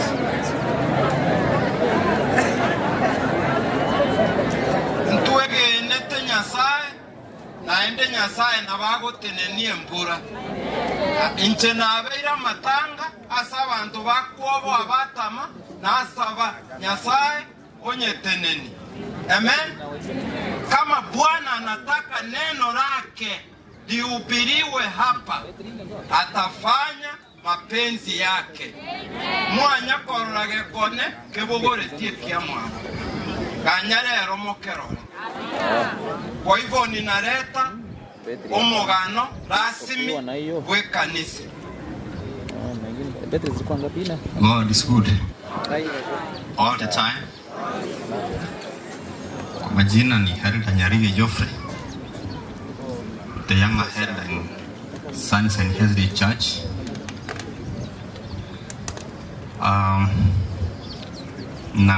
Na mimi ni church clerk. Nikiwa church clerk kuna shida ya kunakiri watu wa Mungu kwenye kitabu cha kanisa na pia kuandika wakati wamekufa. Shida kubwa. Sasa wapendwa, mama huyu aliweza kutransfer jina yake kutoka Kisii Central Church kuja kanisa yetu. Amekufa akiwa membership number 18, na pia department alikuwa anafanya kazi mwaka huu. Uchaguzi itafanywa hivi karibuni ya departmental heads, lakini yeye ameenda. Sijui nani ataanda over hiyo department yake, lakini Mungu anajua. Alikuwa katika department ya widows leader ambaye akisaidiwa na Florence Omwaga, na secretary wao alikuwa Florence Kigengo. Sasa department hii iko pamoja na women ministry ambayo inaongozwa na Mary Okeo na Agnes Okundi akiwa assistant wake na secretary wao akiwa Line Tumbasa. Vile mama huyu amefanya kazi tangia tulikuwa vijana wadogo. Amefanya kazi nzuri. Alikuwa anapenda watu sana, anapenda kanisa, anapenda kusoma neno la Mungu. Sasa huyu mama alikuwa anapenda kufundisha lesoni. Na lesoni yeye anunua ile ya bei kidogo. Anunua ile lesoni inatoka Marekani. Inanunuliwa 710. Tena anaongeza sosa ya lesoni ile ya 240. Mama alikuwa anapenda kusoma lesoni. Sijui nani atamfanana. Mungu anajua. Huyu mama alipenda sana kumotivate kwaya. Mkiimba vibaya anawaambia point blank, leo mumeimba vibaya, keep it up, enda mfanye kazi mzuri. Alikuwa anapenda nyimbo wapendwa, tena nyimbo ya Kizungu. Alikuwa anapenda. Sio wewe unapenda nini? Sio ni Musene? Kini Musene atakupeleka mbinguni kweli? I don't know. Alafu alikuwa na support kanisa, ujenzi wa kanisa. Sasa ukienda kanisa pale juu, ukiona tangi siko hapo, widows walichanga akiwemo yeye kiongozi, wakaweka maji inasafisha vyoo vya kanisa. Mama huyu sujawa kwa Yesu. Alafu alikuwa anapenda Bible study, napenda kuuliza maswali. Sabato hile aliyekuwa ya mwisho kanisani, nakumbuka aliniambia niweze kufundisha watu juu ya the sanctuary hekalu. Next Sabbath tungejifundisha hiyo. Sabato alikufa next, yani hiyo ingefuata. Aliniambia nitayarishe mambo ya sanctuary, watu wajue ni nini juu ya hekalu. Alikuwa anapenda mambo ya Mungu. Sijui nyinyi mnapenda nini? Mechiuliza maswali tangu huyu mama kufe. Lakini nikisema hivi, Amira sijawahi ona. Bibi yangu aliponiambia ati mama Karen amekufa, nikamwambia wacha mchezo, wewe umesikwa na wasimu. Kwa sababu mimi ndio nilikuwa naletea mama Karen lesson kutoka huko ABC. Ni mimi. Hata akiwa Nairobi wapi ananiuliza, Nyalige umefikisha lesson kwangu? Lesson 2. Wakati sina pesa, niko na stress. Ndatoa wapi hizo pesa? Because nilikuwa nanunua, anakuja kunitumia. Nikamwambia stop that nonsense unaniambia. Mama amekufa, usiseme. Nikakata simu, nikapigia Karen. Ninapigia mtu amekufa wana Mungu. She's a very wonderful lady. Kwa familia pole. Tumekesa kwa familia, tunatoka pale mikutano saa 7, hatuchigambi kwa sababu ya upendo. Tunanyeshewa mvua, tukipanga matanga ya mama huyu sujawa Yesu. Nawaambia wapendwa mliokuja kulilia mama huyu mpendwa amelala sujaa wa imani kwamba fanya kazi ukiwa na uzima. Fanya kazi. Wacha kuchukua msene kanisani. Chukua msene ya kusoma neno la Mungu upate maarifa ya kwenda mbinguni. Yes. Don't joke with matters of your spirituality and your salvation. Sasa mama huyu ni mama mzuri. Alikuwa anatupatia mawaidha kama vijana sisi. Anatuambia usigonge mwamba kama Musa. Ananiambia hivi, usigonge mwamba kama Musa, yaani fanya mambo mazuri. Alikuwa anatupatia nguvu, wapendwa. Mama huyu ni mama mzuri. May God bless the family and may you dwell in the house of God, because that is where you will be saved from. Kama utampenda huyu Yesu, wewe ni one of the family. Love this Jesus of your mother. Yesu huyu wa mama yenu huyu ni Yesu wa kweli. Love him to the very end. As Moses was told that I will be with you by God, I tell you that Jesus is gonna be with you forevermore. May God bless you in Jesus' name. Praise the Lord. Hiyo ni mahusiano mema kwa watu. Kwa hivyo, before I entertain the pastor, my wife, hebu kuja kuungia watu mikono.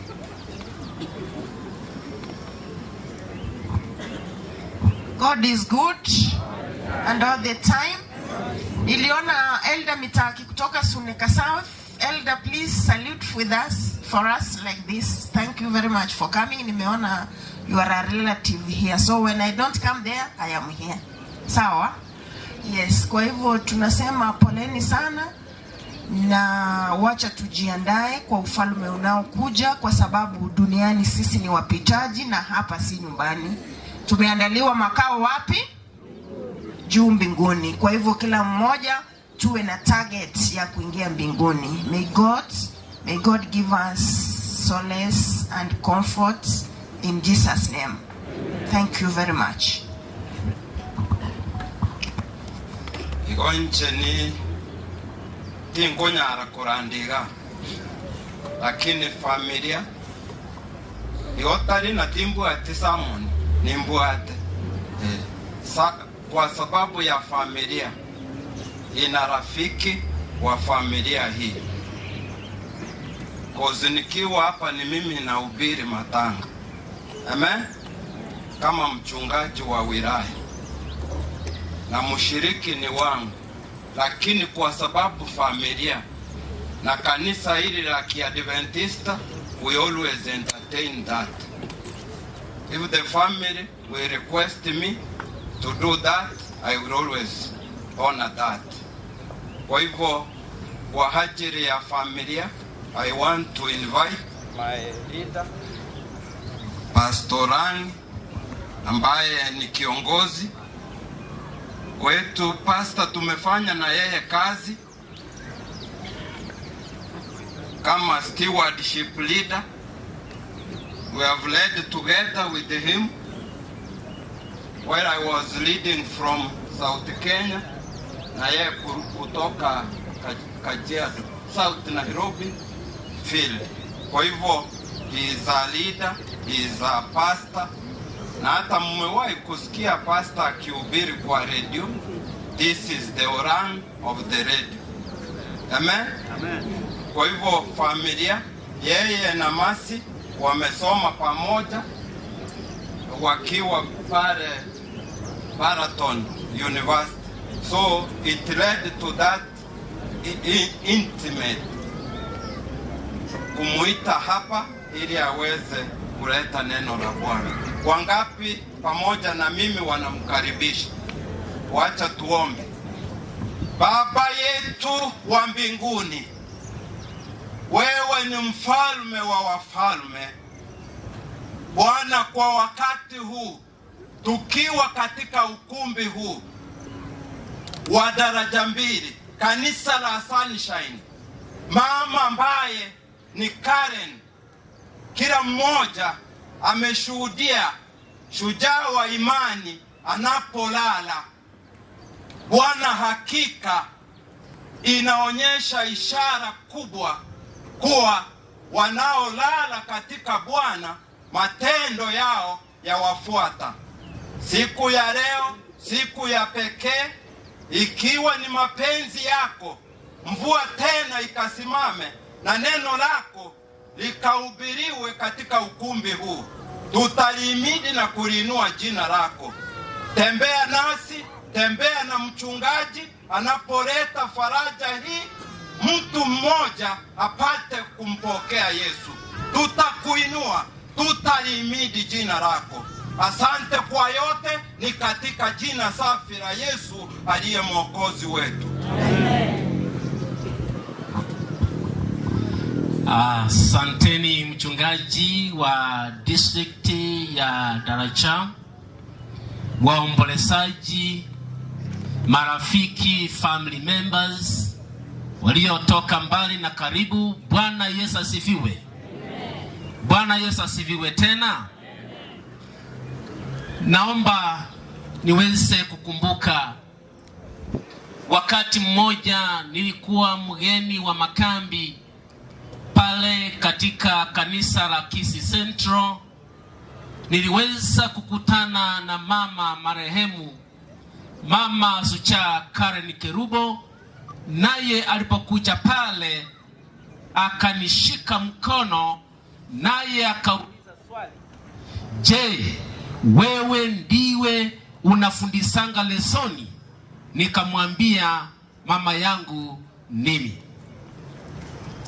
Akanishika mkono, Mama Karen akafunga macho yake, akiwa ameshika mkono wangu, akaniombea na akasema, mtoto wangu ubarikiwe na Mungu akutumie. Alipomaliza akatoa mkono wake kwa mkono wangu, akaingia mahali kipeti chake kilikuwa, akatoa shilingi 1000 na akasema, mtoto wangu ukirudi nyumbani ununue watoto ndizi upeleke Nairobi. Leo hii wote ambao mmekuja kwa sababu ya mkutano huu wa kufariji, naomba tutembee pamoja nami katika kitabu cha Ezekiel 37 mstari wa 1 mpaka wa 14. Biblia yasema, Mungu akakutana na mtumishi wake nabii Ezekiel, naye akamwambia, mwanadamu, njoo. Mungu akashika Ezekiel mkono wake, akampeleka kwenye maponde, na katika ponde lile kulikuwa na mifupa tupu, mifupa ambayo ni mikafu. Na baadaye Mungu akamwangalia Ezekiel, naye akamuuliza, je, mwanadamu, mifupa hii itaweza kuishi tena? Naye Ezekiel akamjibu Bwana, naye akamwambia, Bwana, wewe ndiwe unajua. Na baadaye Mungu akamwambia Ezekiel, nenda ukahubirie mifupa hiyo. Na baadaye alipofanya hiyo kulingana na amri ya Mungu, mifupa ile ilipohubiriwa, mifupa ile ilipopatiwa pumzi ya Mungu, mifupa ile ilikuwa imejaa katika ponde, mifupa ile ikaishi tena. Mnasemaje watu wa Mungu? Mnasemaje tena? Mambo matatu katika fungu hilo. Mambo matatu katika fungu hilo. Jambo la kwanza, katika ulimwengu huu, katika dunia hii, tuko katika ponde ambalo limejaa mifupa mikafu. Katika dunia hii tunaishi katika ulimwengu ambapo tunatembea tukiwa marehemu. Katika dunia hii tunatembea katika nchi, katika ulimwengu ambayo kifo karibu nawe wanaoondoka, nataka niwajulishe ya kwamba bonde la mifupa mikavu inasimamia dunia hii, kuonyesha ya kwamba katika dunia hii kifo kiko karibu nasi. Katika dunia hii kifo hutokea ghafla, namna ambavyo kiweza kumpata Saint Karen Kerubo. Jambo la pili, licha ya kwamba kuna kifo duniani, licha ya kwamba kuna kifo duniani, licha ya kwamba dunia hii ni bonde la mifupa mikavu, Yesu aliyekufa na akafufuka, yeye he has suffocated death. Yesu aliyekufa na akafufuka, yeye ni shujaa, yeye amepata victory over death, yeye ana mamlaka juu ya kifo, na kwa nguvu zake Mwenyezi Mungu tutaishi tena. Mnasemaje? Tutaishi tena wapendwa, tutasemaje? Kwa hivyo Yesu yule aliyefufuka ndiye aliye na booms ya kuleta uhai tena. Yesu aliyekufa na kafufuka ndiye ana mamlaka na uwezo wa kukufanya uwe hai hata kama unaishi na unatembea dunia hii ukiwa marehemu. Yesu ndani yako utaishi tena. Yesu ndani yako utaitwa mfu, bali utaitwa mtoto wa Mungu. Yesu aliyekuwa ndani ya marehemu, Yesu aliyekuwa ndani ya marehemu Karen Kerubo, Yesu huyo anatuhakikishia ya kwamba mama Kerubo hajakufa, bali amelala usingizi wa mauti, ataishi tena na tutamuona uso kwa uso katika jina lake. Wana wa Mungu, wana wa Mungu, wacha nikwambie, katika dunia tunatembea tukiwa marehemu. Tumaini pekee, tembea na Yesu. Yesu awe ndani yako, na unapokuwa namna hiyo, hata ukifa katika hema hii ya maafa, katika dunia ya kifo, hata ukifa utaishi tena, kwa maana aliyefufuka anasema sasa atarejea tena vile alivyomfufua Lazaro kutoka kaburini. Nguvu hizo hizo za uwezo wa kuishi tena, kwa nguvu hizo hizo mama marehemu Saint Karen Kerubo, tunaamini Yesu atakapotembea, atakaporejea mara ya pili, atatembea kwenye kaburi lake na atamuita kwa jina lake, kwa maana alimjua akiwa hai. Kerubo, amuka sasa ukaingia kwenye raha na uzima wa milele na hata milele. Napomaliza, nataka nikwambie, the breath of God suffocates death. Pumzi yake Mungu ni pumzi iliyo na uwezo wa kuishi tena, ni pumzi ya maisha, ni pumzi ya kukutia nguvu tena, na kwa jina lake wote watakaopokea neno lake Mungu, wote watakaopata neno lake Mungu, jinsi ambavyo ameliandika katika maandiko, hao hata wakifa wataishi tena. Nataka niongee na familia. My sister Mercy, ninakumbuka ulipotoka Baraton ulienda Nairobi, na pale Nairobi tukikutana kila mara unazungumza uzuri wa mama. Anazungumza kila uzuri wa mama. Sijui I think now here.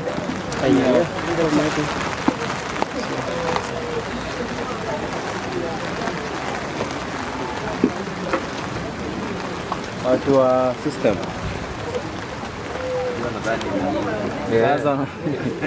Sasa sisi Asanteni, can you give me voice? Give me voice. Okay, thank you so much. Naomba sasa niweze kuzungumza na familia.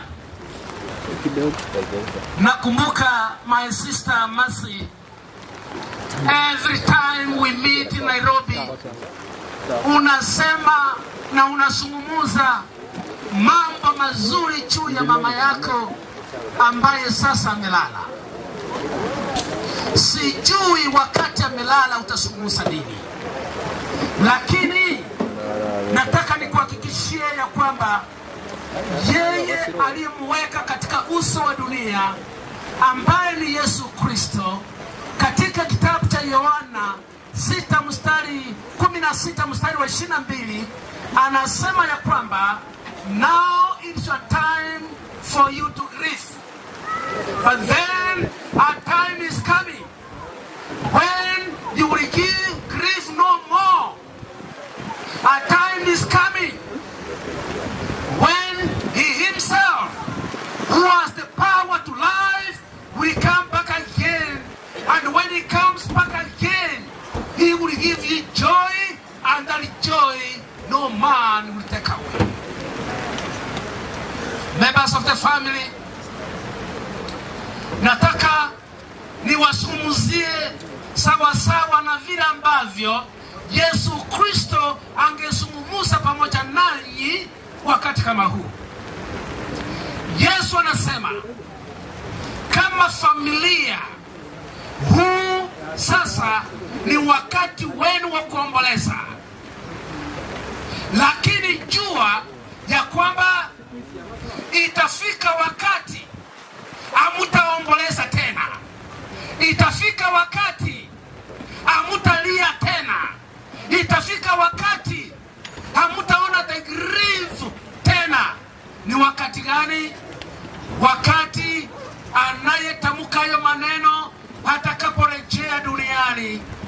Anasema atakaporejea atawapa the greatest joy, and this joy no man will take it away.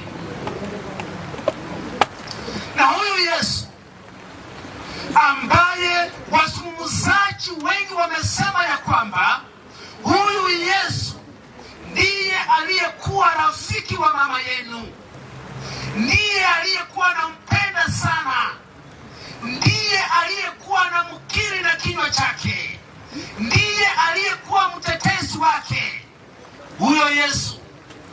Huyo Yesu Biblia inasema mnapolia na kuomboleza, huyo Yesu anasikia kilio chenu. Therefore, family members, mnapokumbuka mama yenu, mnapokumbuka mpendwa ambaye amepumzika, mnapokumbuka yeye, kumbuka kulia ni dawa. Na mnapolia, mulie na tumaini. Na mnapolia, mjue ni vema kulia kwake yeye aliyemuumba mama yenu, aliyekuwa anamkiri kama mwokozi wa maisha yake, ambaye Biblia inasema atasikia kilio chenu. Can somebody say amen? Na anaposikia kilio chenu, Mungu si yule anasikia tu, bali ni Mungu anayesikia na kufanya tambo. It's a God who hears and acts. Ni Mungu anayesikia, na anaposikia anafanya jambo, na zaidi ya kufanya jambo anaamua kukaa karibu nawe siku zote. Today, family members, we're here to commit you to your listening Savior, the only one who died and resurrected, and this one is our Lord and Savior, Jesus Christ. Penda yeye. Amesema ya kwamba hata kama mtapita katika ponde la mauti, yeye ametoa tumaini ya kwamba atawashika mkono na kutembea pamoja nanyi through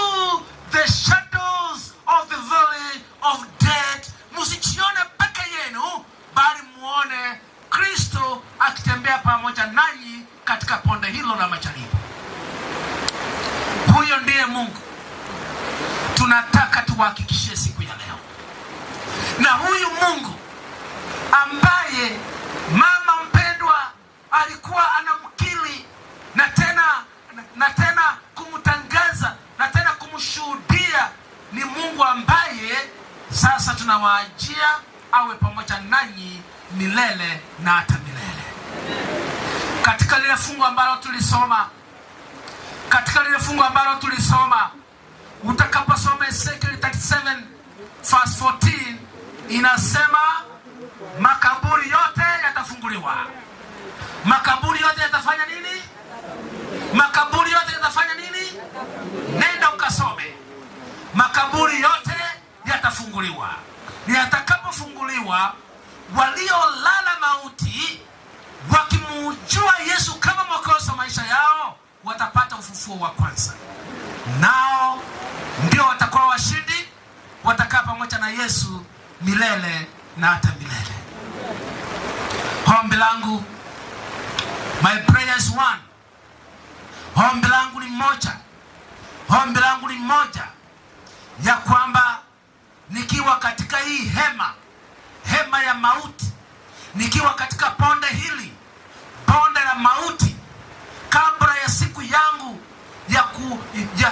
ya kuaga huu mwili wa dhambi, ombi langu ni kwamba nimshikilie Mungu siku zote za maisha yangu, ili Yesu atakaporejea nikutane na sucha Mama Karen aliyenishika mkono akaniombea akasema hubiria watu wa Mungu na Mungu akubariki. I look forward to meet that great lady Mama Karen Kerubo when he comes. Sijui ombi lako ni gani? Sijui wewe ombi lako ni gani? Sijui wewe kama unampenda Mama Kerubo. Na kwa hakika kama unampenda marehemu Mama Kerubo na moyo wako wote, penda na Mungu wake. Penda na Mungu wake. Nimesikia testimony za ajabu ya kwamba ni mama aliyekuwa anapenda maombi. Nimesikia testimony za ajabu ya kwamba akiwa ofisa wa elimu alikuwa anaombea watu na analeta watu pamoja. Aliyekuwa anapenda kuleta watu pamoja, kuona watu wamekaa kwa pamoja. Nimefurahia ushuhuda huo, kusikia ya kwamba alikuwa anapenda kusoma neno, na zaidi ya kupenda kusoma neno, alipenda kushuhudia neno hili. Na kwa sababu hiyo, members of the family, I recruit you in the business of Saint Karen Kerubo. Nanyi kama mnampenda, I now recruit you in that mission and ministry. As I wind up, there is a song ambayo iko kwa program ambayo inasema Kemechando Irawetana, and we want to sing that song so that I can move closer there. I ask pastors to move closer there so that we can pray for the family. We can pray for the family. Kemechando herago etanane Jera so so wa ono mosute Pora mose se mine na yeso Kora moro eno huwa matema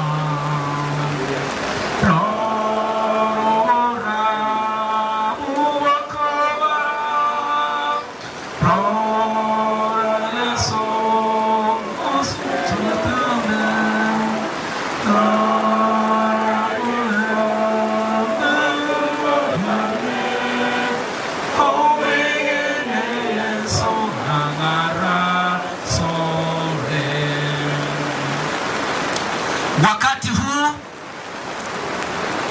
in the showers of this rain, we want to ask God, the creator of the universe, to rain the showers of the Holy Spirit and be here with you to comfort you in Jesus' name. Na tunapofanya hayo, nitauliza familia wasimame niwaombee. Familia wasimame niwaombee. Now family members, akina Finlay, akina Eric, akina Paminas, akina Dixon na wale wengine wote, I sincerely recommend the faith of your mother to you in a special way. Na tunapofanya hayo, my sister Mercy, I came from Nairobi to come and be with you. Sitaondoka kurudi Nairobi, but I want to be with you here and tomorrow. I'll leave you later. I want to have special time to pray with you in the house. Mahali mlikuwa mnakutana na mama, anawapatia ushauri, anawaombea, na mimi nikuje pale tuombe tukiwa tuna prepare nyinyi to go through this experience.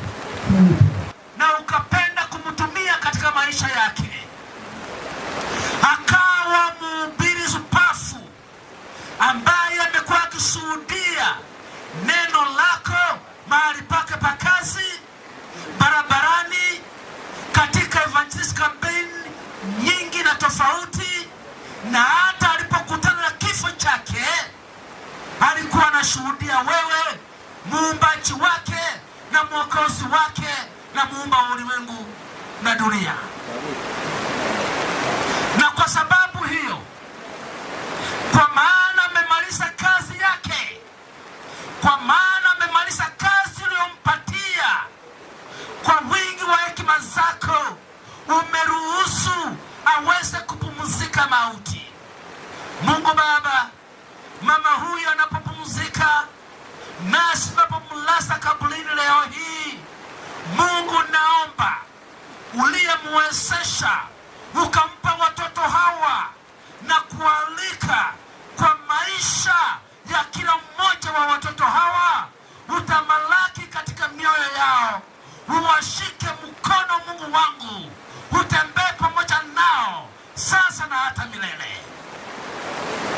Jinsi ambavyo mvua hii inanyesha, ninaomba kwa jina lako uwanyeshe mvua ya Roho Mtakatifu, awafundishe mambo yote, na tena huyo Roho Mtakatifu Mungu wangu aweze kuwafariji sasa na hata milele. Wape tumaini lililo hai ndani yao, na kama kuna mmoja katika familia hii ambaye hajatembea katika barabara ya kwenda mbinguni, kama kuna mmoja katika familia hii ambaye hajapokea imani ya mama, ninaomba Roho Mtakatifu amsumbue huyo mpaka kuweza kuikili imani ya mama, na umwandae huyo kwa ajili uzima wa milele. Wote ambao tumefika hapa kwenye mkutano huu wa kufariji, wengine wametoka mbali, wengine wametoka karibu, members of the family wako hapa, majirani wako hapa, waliofanya kazi pamoja naye wako hapa, waliokuwa pamoja naye kanisani wako hapa. Mungu, ninaomba kuja kwao hapa kwenye kongamano hili na kwenye sherehe hii, nisaidie kuwafariji members of the family, waone halaiki kubwa ya marafiki, wanaona halaiki kubwa ya watu wako ambao wamekuja ili wasimama nao katika changamoto hii. Ninaomba na wao wasiondoke kwenye mkutano bure, bali Kristo waokoe, wafanye wewe watoto wako sasa na hata milele. Ndilo ombi letu katika jina tukufu lake Yesu Kristo aliye Bwana mkombozi wetu, na watu wa Mungu waseme amen. Amen. God bless you. God bless you.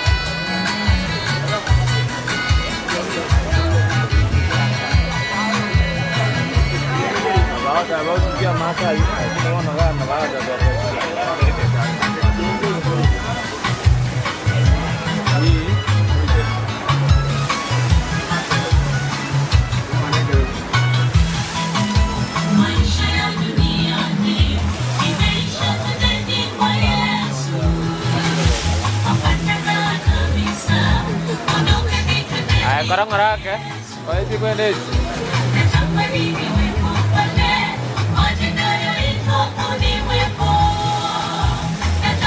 Hai, boleh bagi, tapi bagi.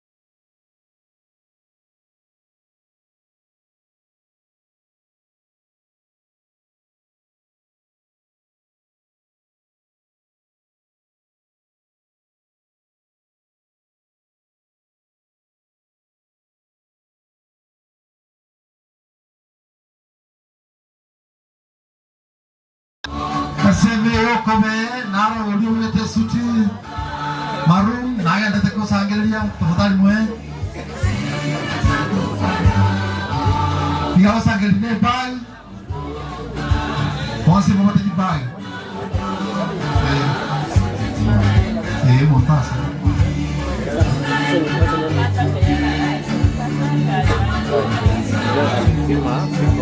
Gari nele de Keita KBL 166C.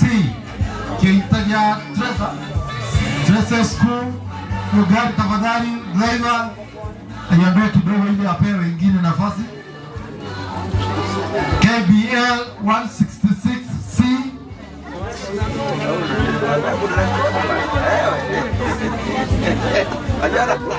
Doya nanda kupita hapo hivyo. Kipanda kiara urane katini fakero. Ile familia itakujitika. Angekuwa na simu ungekuwekea YouTube. Mbona ni? Haiko clear sauti.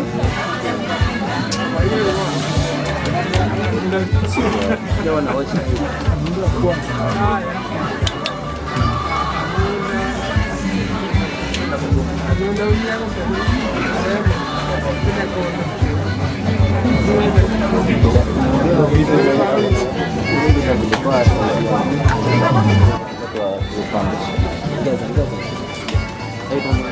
Kuna kiongozi ambaye mwenye amekuja na yeye wacha nimpe nafasi ili aweze kuongea na mnapoendelea kukusanya. Mbuya muri mwezi sama berende na tora mabero ko kwanani. Nje ko mautia na ende mekanye koronde bo mane ga ngoro kumekanye ubo sare. Mama ko Miriam Mosire. Oyungwa mwabo. Kala nirende orali ne antiane ko mukanya. Ande na ringi mube simenyete. Tuomera ntoro ni matara telianga sira. Masi no muri sangyo no mana kasi nini. Ora na ran mu jungara ko maji kusana kira da mu jumba ko maji kusana. Je ko maji ko miki sai no bugaba na kara maji ko le bugaba na mara ngani sai ne. Ngambu ya moro jadi bato mere je ko komi. Biamono we number from the family so that you are finding aweze kutuma hapo hivyo. Biamono sika masikia sana. Ndegeratinga ulibwe sema yako bana ngendete ugwe kulitinu chesa uri ni moroje wakole kurabo abantu bayi gusangirie bari babere sema yoko liona sema yoko be konye mwakole na mmoja goja busio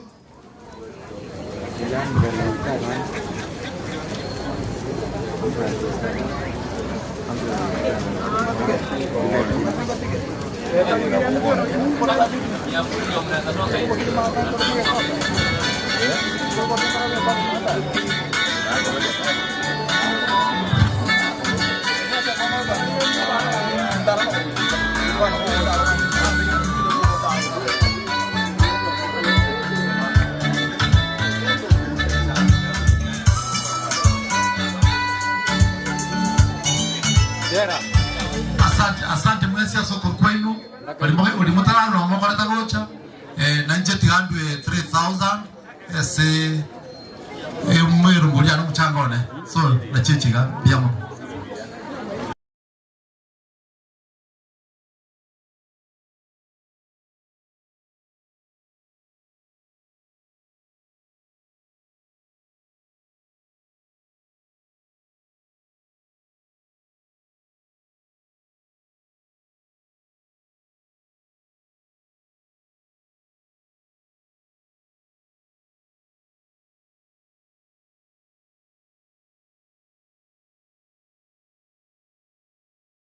Kwame konseranje.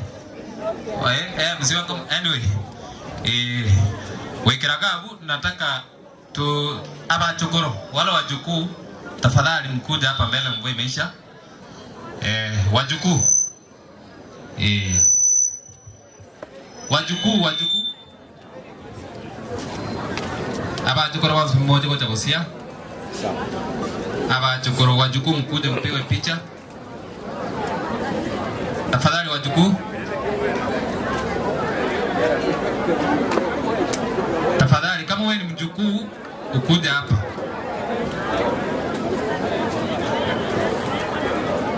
Tufanye haraka kidogo wajukuu mkuje.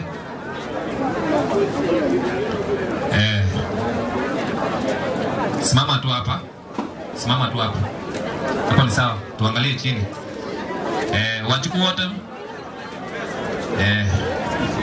Kwa wale wanataka kuweka kwa M-Pesa 0722427177 0722427177 M-Pesa. Asante. Hawana wachokoro. Songa hivi, wachukue jipanga vizuri. Songa hivi kidogo. Elvis akuje kwa familia. Thank you. Unaweza wapiga picha? Tafadhali walimu bwana karati gake hiyo. Tumalize. Walimu walibana kindly hapo hiyo. Sawa.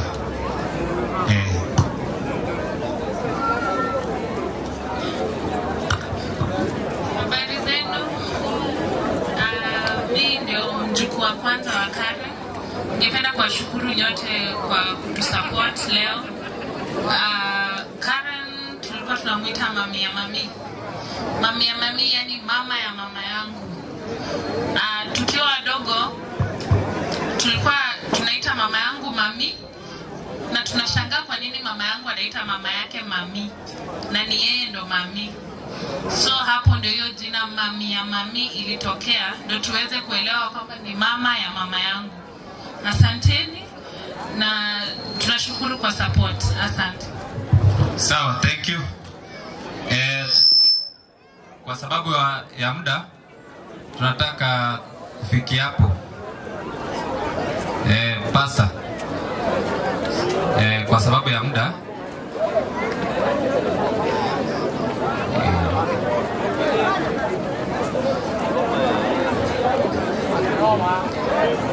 Francis.